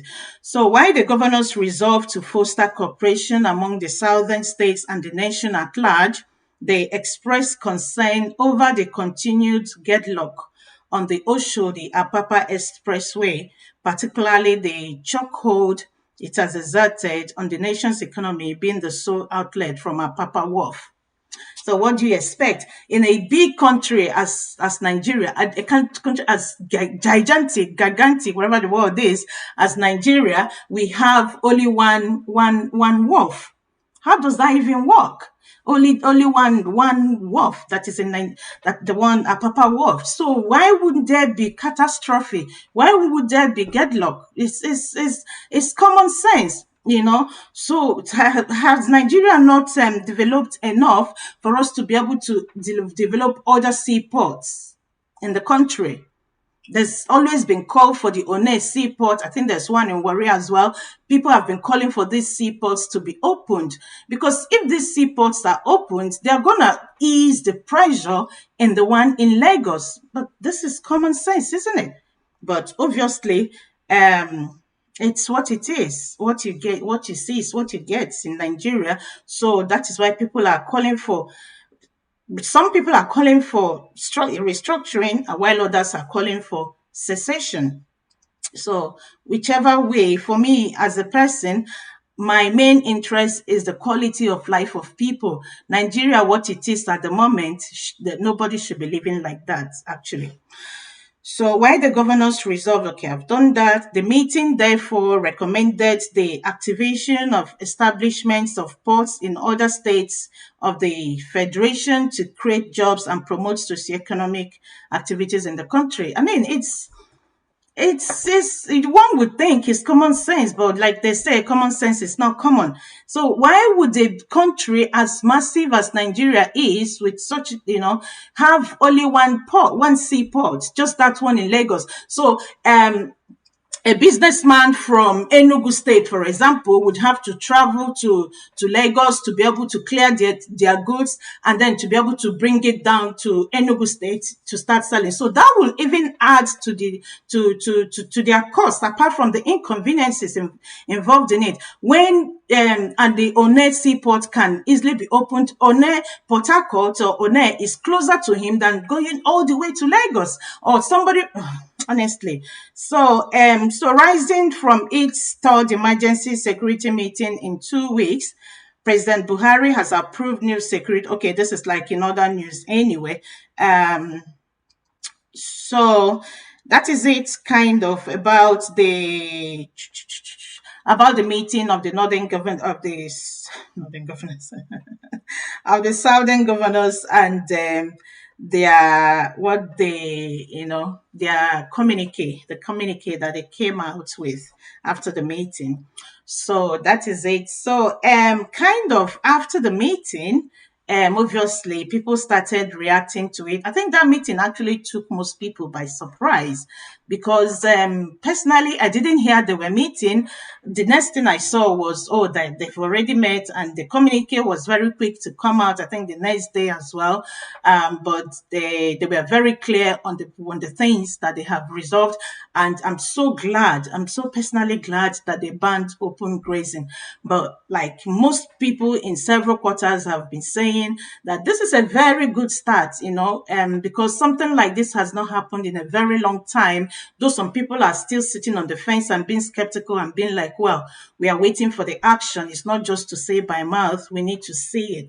Anyway, so sometimes we have to kind of show some bit of optimism, if that's the word. And I think they've started on a good note, and it's left for all of us from the south to kind of stand behind them and support them and make sure that these things happen, especially that open grazing. You don't reach, make the banner. Honestly, are we moving forward or are we moving backwards? This is 2021. People, it's 2021. There are so many ways that people could do their cattle rearing without being a menace, not just to to communities, but to the whole country at large. Look at the state that the country is now. Most of the problem is caused by cattle, cows, herdsmen, because imagine if a Fulani herder doesn't have the excuse of coming to my village because he's looking for grass for his cows. For goodness sake, what would he be doing in my village, for example? So what excuse would he have to be in the bush? So it's not just that they go to, and there's nothing wrong in migrating to other parts of the country. At the end of the day, at least for now, we are all still in the same country. We don't need visas or excuse to go to other parts of the country. But you cannot go to somewhere and you're living in the bush. And it's not just that you're living in the bush, you're being a menace to the owner, to the people in that community, to the original owners of the place. How does that even sound? So I'm so glad that the governors said something about open grazing, and actually they went ahead to ban it, even though no, I'm gonna get to that later. So after their meeting, the senators from the the southern senators also came out with their own communique to say that they are supporting the southern governors' decisions, which is fantastic. And even House of Representatives as well from the south also say that they are in support of the um, southern governors. So, but there were other reactions as well, apart from reactions from the senators and the House of Reps members. There were other reactions from people of the North. Northern elders said that the Southern governors should exercise caution. Well, so apart from that, there's this man who they call Professor Usman Yusuf. I don't see anything professor about him personally, but he said that the Southern governors did not take any excuse from people of the North before taking a decision to ban open grazing. Like when I saw that, I'm like, are you serious? I'm going to show you this map again. Look at that map. Have a very good look at that map. You see the one in green? All that green is the northern part of Nigeria. They have all that land. And you see the small one under it, that's the southern part of Nigeria. So what's the, look, his audacity, one, to say that they were not consulted before making that decision. When they decided to implement Sharia in the north, did they consult people from the south for them to make that decision to implement Sharia and to ban alcohol in the South? People cannot sell alcohol. You cannot have like a bar to have an alcohol business or something. Did they consult people from the South? But if you ask me, I would say it's not a competition about who consults who. But the audacity of that man, look at this map, for example. That's the whole north. How come all that north is not enough for them to rear their cattle? I don't understand. So all that land that they have, belly food them. They still want this small one. Look at the whole South. We are like one third of all the land that they have. At least that's the map of Nigeria. That's what they claim. All that is not, all those places is the north. So they should stay in their north and rear their cattle. This is people's personal businesses. So why is the cattle are causing like so much problem?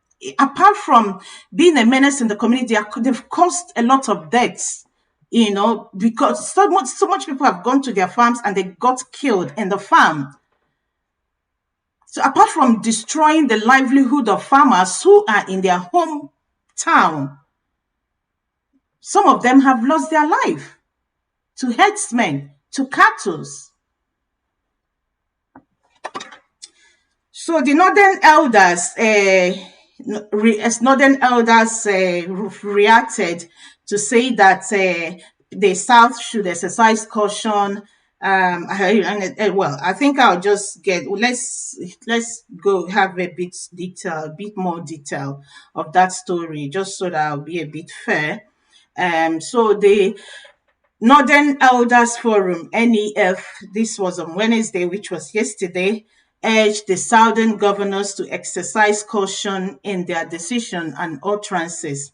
Their spokesman, Dr. Hakim Baba Ahmed, stated this against the background of the 10-point decision. It was a 12-point decision reached by the governors after a meeting in Asaba. Baba Ahmed, who noted that the country was facing trying times, reiterated its call for the rights of northern communities in the South not to be abridged in any form. The meeting and its resolutions are clearly major developments in the context of our current circumstances as a nation. This is from their communique. Our forum prefers to study developments of this nature with the responsibility they deserve and make its positions known. What we must say at this stage is that all leaders must exercise great caution in terms of their decisions and utterances. It is tempting to pander to galleries, but leaders set the pace and direction they do not follow. They concluded by saying we should also renew our appeal that members, northern communities living in the South, including Fulani, should not have their lawful rights abridged. These are very trying times. We hope the president will read the import of the decisions of this meeting very carefully and respond appropriately. So this is the response from the Northern Elders Forum. So for them, they're saying that the Southern governors should have exercised caution, that these are, sensitive times in the country. And that, so that is just to say that they shouldn't have come out to say they were banning open grazing. Why would they not ban open grazing? This is 2021. Honestly, there is nothing about that open grazing that is not annoying. Most people have been talking about ranching. It's not rocket science. If you want to rear cattle, you build a ranch and rear your cattle in there. Nobody will bother you. If people want to buy cattle, they will come to you and buy it. You would not want to trouble a whole community, a whole region of a country because you're rearing cattle. And you'll be moving your cattle with food. How can you even move your cattle with food all the way from Sokoto, for example, to let's say Makurdi is even closer, all the way from Sokoto to Port Harcourt by foot in 2021? I know fish out. In 2021, people are still moving cattle by foot, and they feel like, oh, it's the right thing to do. Nobody should tell us otherwise. I'm so glad that open grazing has been banned, and I also hope that the northern governors are going to implement it in full. Okay, so I forgot to say, if you're watching the program live, don't forget that you can join in by calling the numbers you see on your screen. Yeah, numbers you see on your screen. If you're on YouTube, the number is static and showing on your screen. And if you're watching on Facebook, you'll see the number scrolling. Oh no, I didn't even put it. Well, so I'm gonna try and put the number now on yeah, that's the number scrolling now on Facebook. So, but I'll soon be rounding off. But before I do that, let me see if I've missed anything. Northern Usman. Okay, so but before I do that, I'm gonna tell you the story about how these cattle died by thunder. I know. I mean, it's a living thing. It's cattle, and it's somebody's business, isn't it? So it shouldn't be funny. But what I found so funny was the reactions of people to this news. But before I go to tell you about the reactions of people, I'm gonna tell you the story about how thunder struck the animals and where it happened. So thunder strikes over 12 cows and they died in a community in Delta State. So this happened in Delta State and it was over 12 cows that were reported to have been killed following a thunder strike in Ihodov community of Ethiop East local government area in Delta State. A source that pleaded anonymity said the herdsmen were seated close to the cows while others were taken to another area of the bush. While others were taken to another area of the bush for grazing when the thunder struck over 12 of the cows. The source had explained that the thunder struck the cows after a brief rain, adding that not quite few minutes that the cows dropped dead, that their stomach got swollen. Oh my God. The source revealed that the strange death of the cows by the thunder sent fear in the minds of the herders who, after the incident, took to their heels and later returned. It was learned that before the day of the incident, the farm owners had at several times warned the herders to stop taking their cows to their cassava farm, but they didn't listen until the ugly incident happened. The incident, which attracted people from neighboring villages who expressed their feelings, said they are still in shock over the incident, adding that this will be a warning to the herders who take their cows to destroy farmlands. Against the rumor making the rounds that the incident may be connected with Black Power, another source said a similar incident had also occurred in other towns and communities, that this one is not different. Anyway, that's just like what I've said a while ago. I mean, How you go want take your blues spoil someone else's reggae, because you're rearing cattle. You go to someone's farm and let loose your cattle and allow your cattle to eat up their farm crops without even batting an eyelid. If the person confronts you, you either kill them or rape them, or or become violent. How is that even fair? So you heard what this person that pleaded anonymity said, that before the incident, the owners of that farm had warned these cattle herders to stop taking their cattle to their farm to eat up their crops, but they refused. They still brought their cattle back. And, well, justice took its course, and the cattle died after just a small rain and thunder struck and killed 12 of the cattle. And apart from killing them, their stomach got swollen.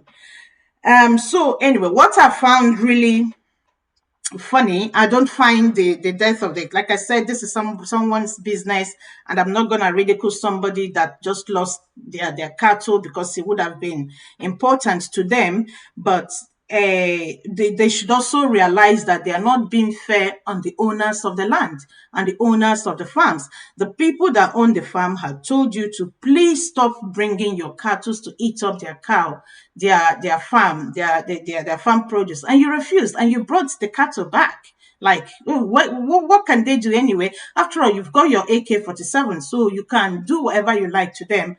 And then they didn't do anything to you. Your cattle died by thunder. Anyway, so like I said, what I actually found more interesting is the reactions of people to this news, and I'm gonna try and tell you some of those reactions. I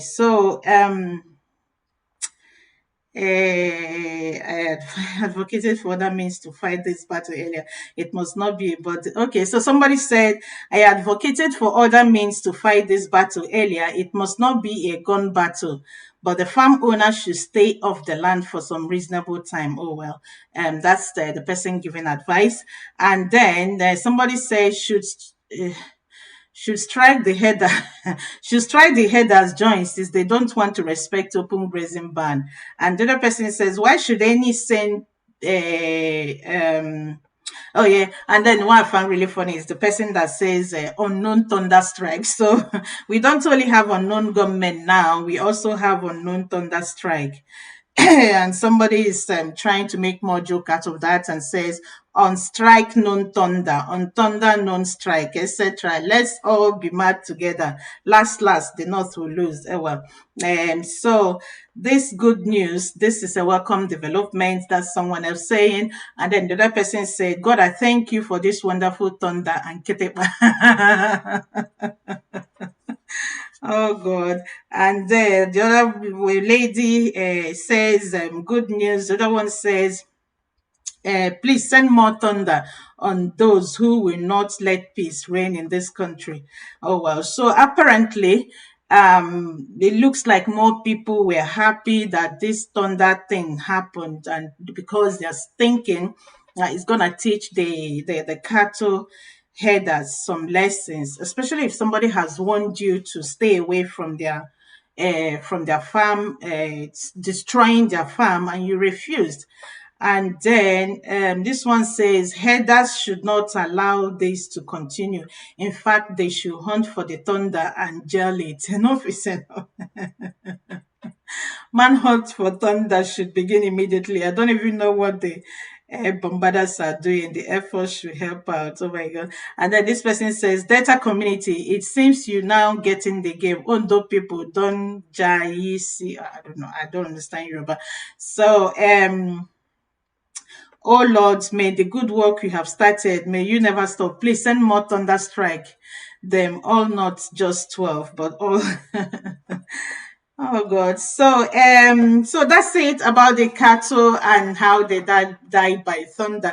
Every time I say that they died by thunder, what comes to my mind is like when people are praying and it's like die by fire, die, thunder. So when I saw that news, I'm like, okay, maybe the owners of this farm they had prayed for thunder to fire for thunder to fire the cattle, and then God, who knows, God answered their prayers, but don't quote me on that. All right, guys, so that's me done for today. And please, if you haven't already, subscribe to my channel, please, please, please, please, and follow me on Facebook if you haven't as well. And oh, I think I'm missing something. Yeah. Oh well, typical. This happens all the time. I always miss one thing that I wanted to tell you guys. I'll quickly see if I can get that before I round off.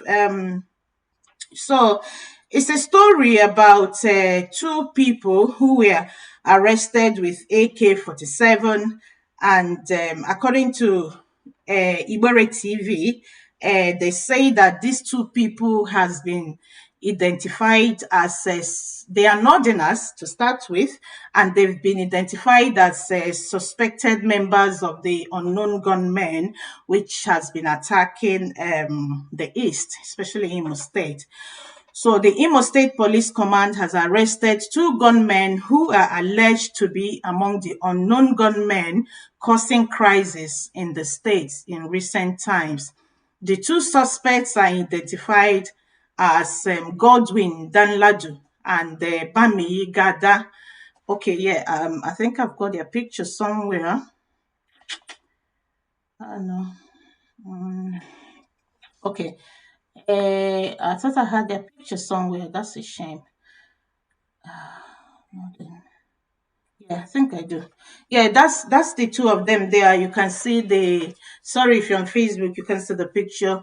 But if you're on YouTube, you see the picture of two of them there with their AK-47. So the two suspects are identified as Godwin Danladu and Bameyi Gada, according to Ibere TV, as the police confirmed that its operatives recovered an AK-47 rifle from the suspects.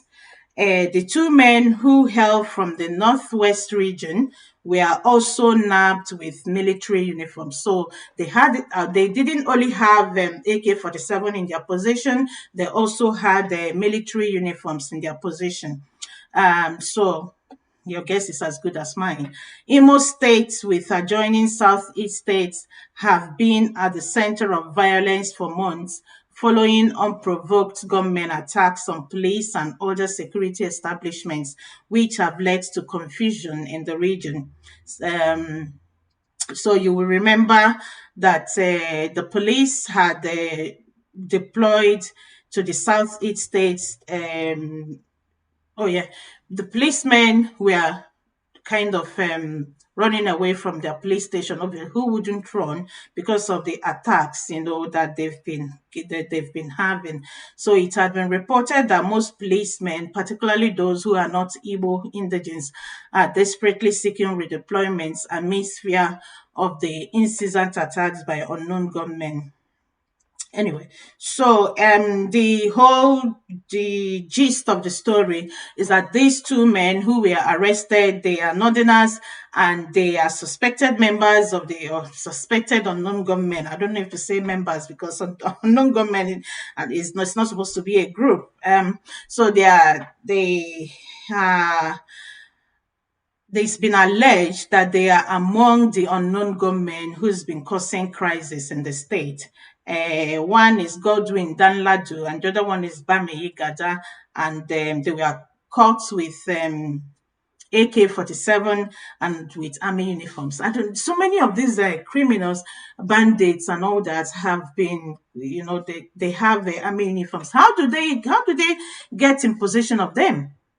That's what I keep wondering.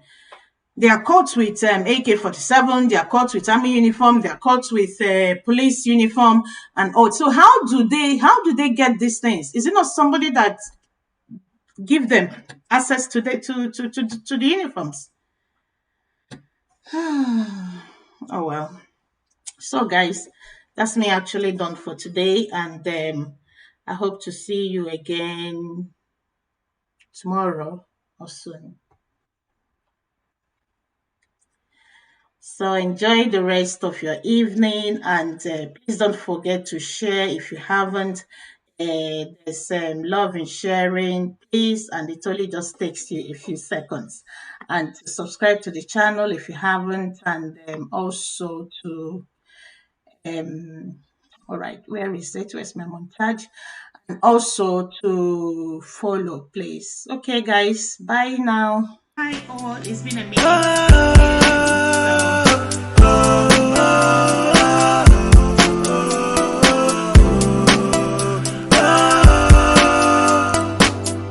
Get it first is here for you again to tell you all you need to know. Get it first, come for all. Queen Diva. Get it first, come for all. Queen Diva. All you need to do is just to follow. Get motivated and educated. Queen Diva, get it first is here for you. Against all odds, we are pushing higher, higher. We are moving higher, higher. We are crossing boundaries, boundaries. Queen Diva, oh, oh, oh,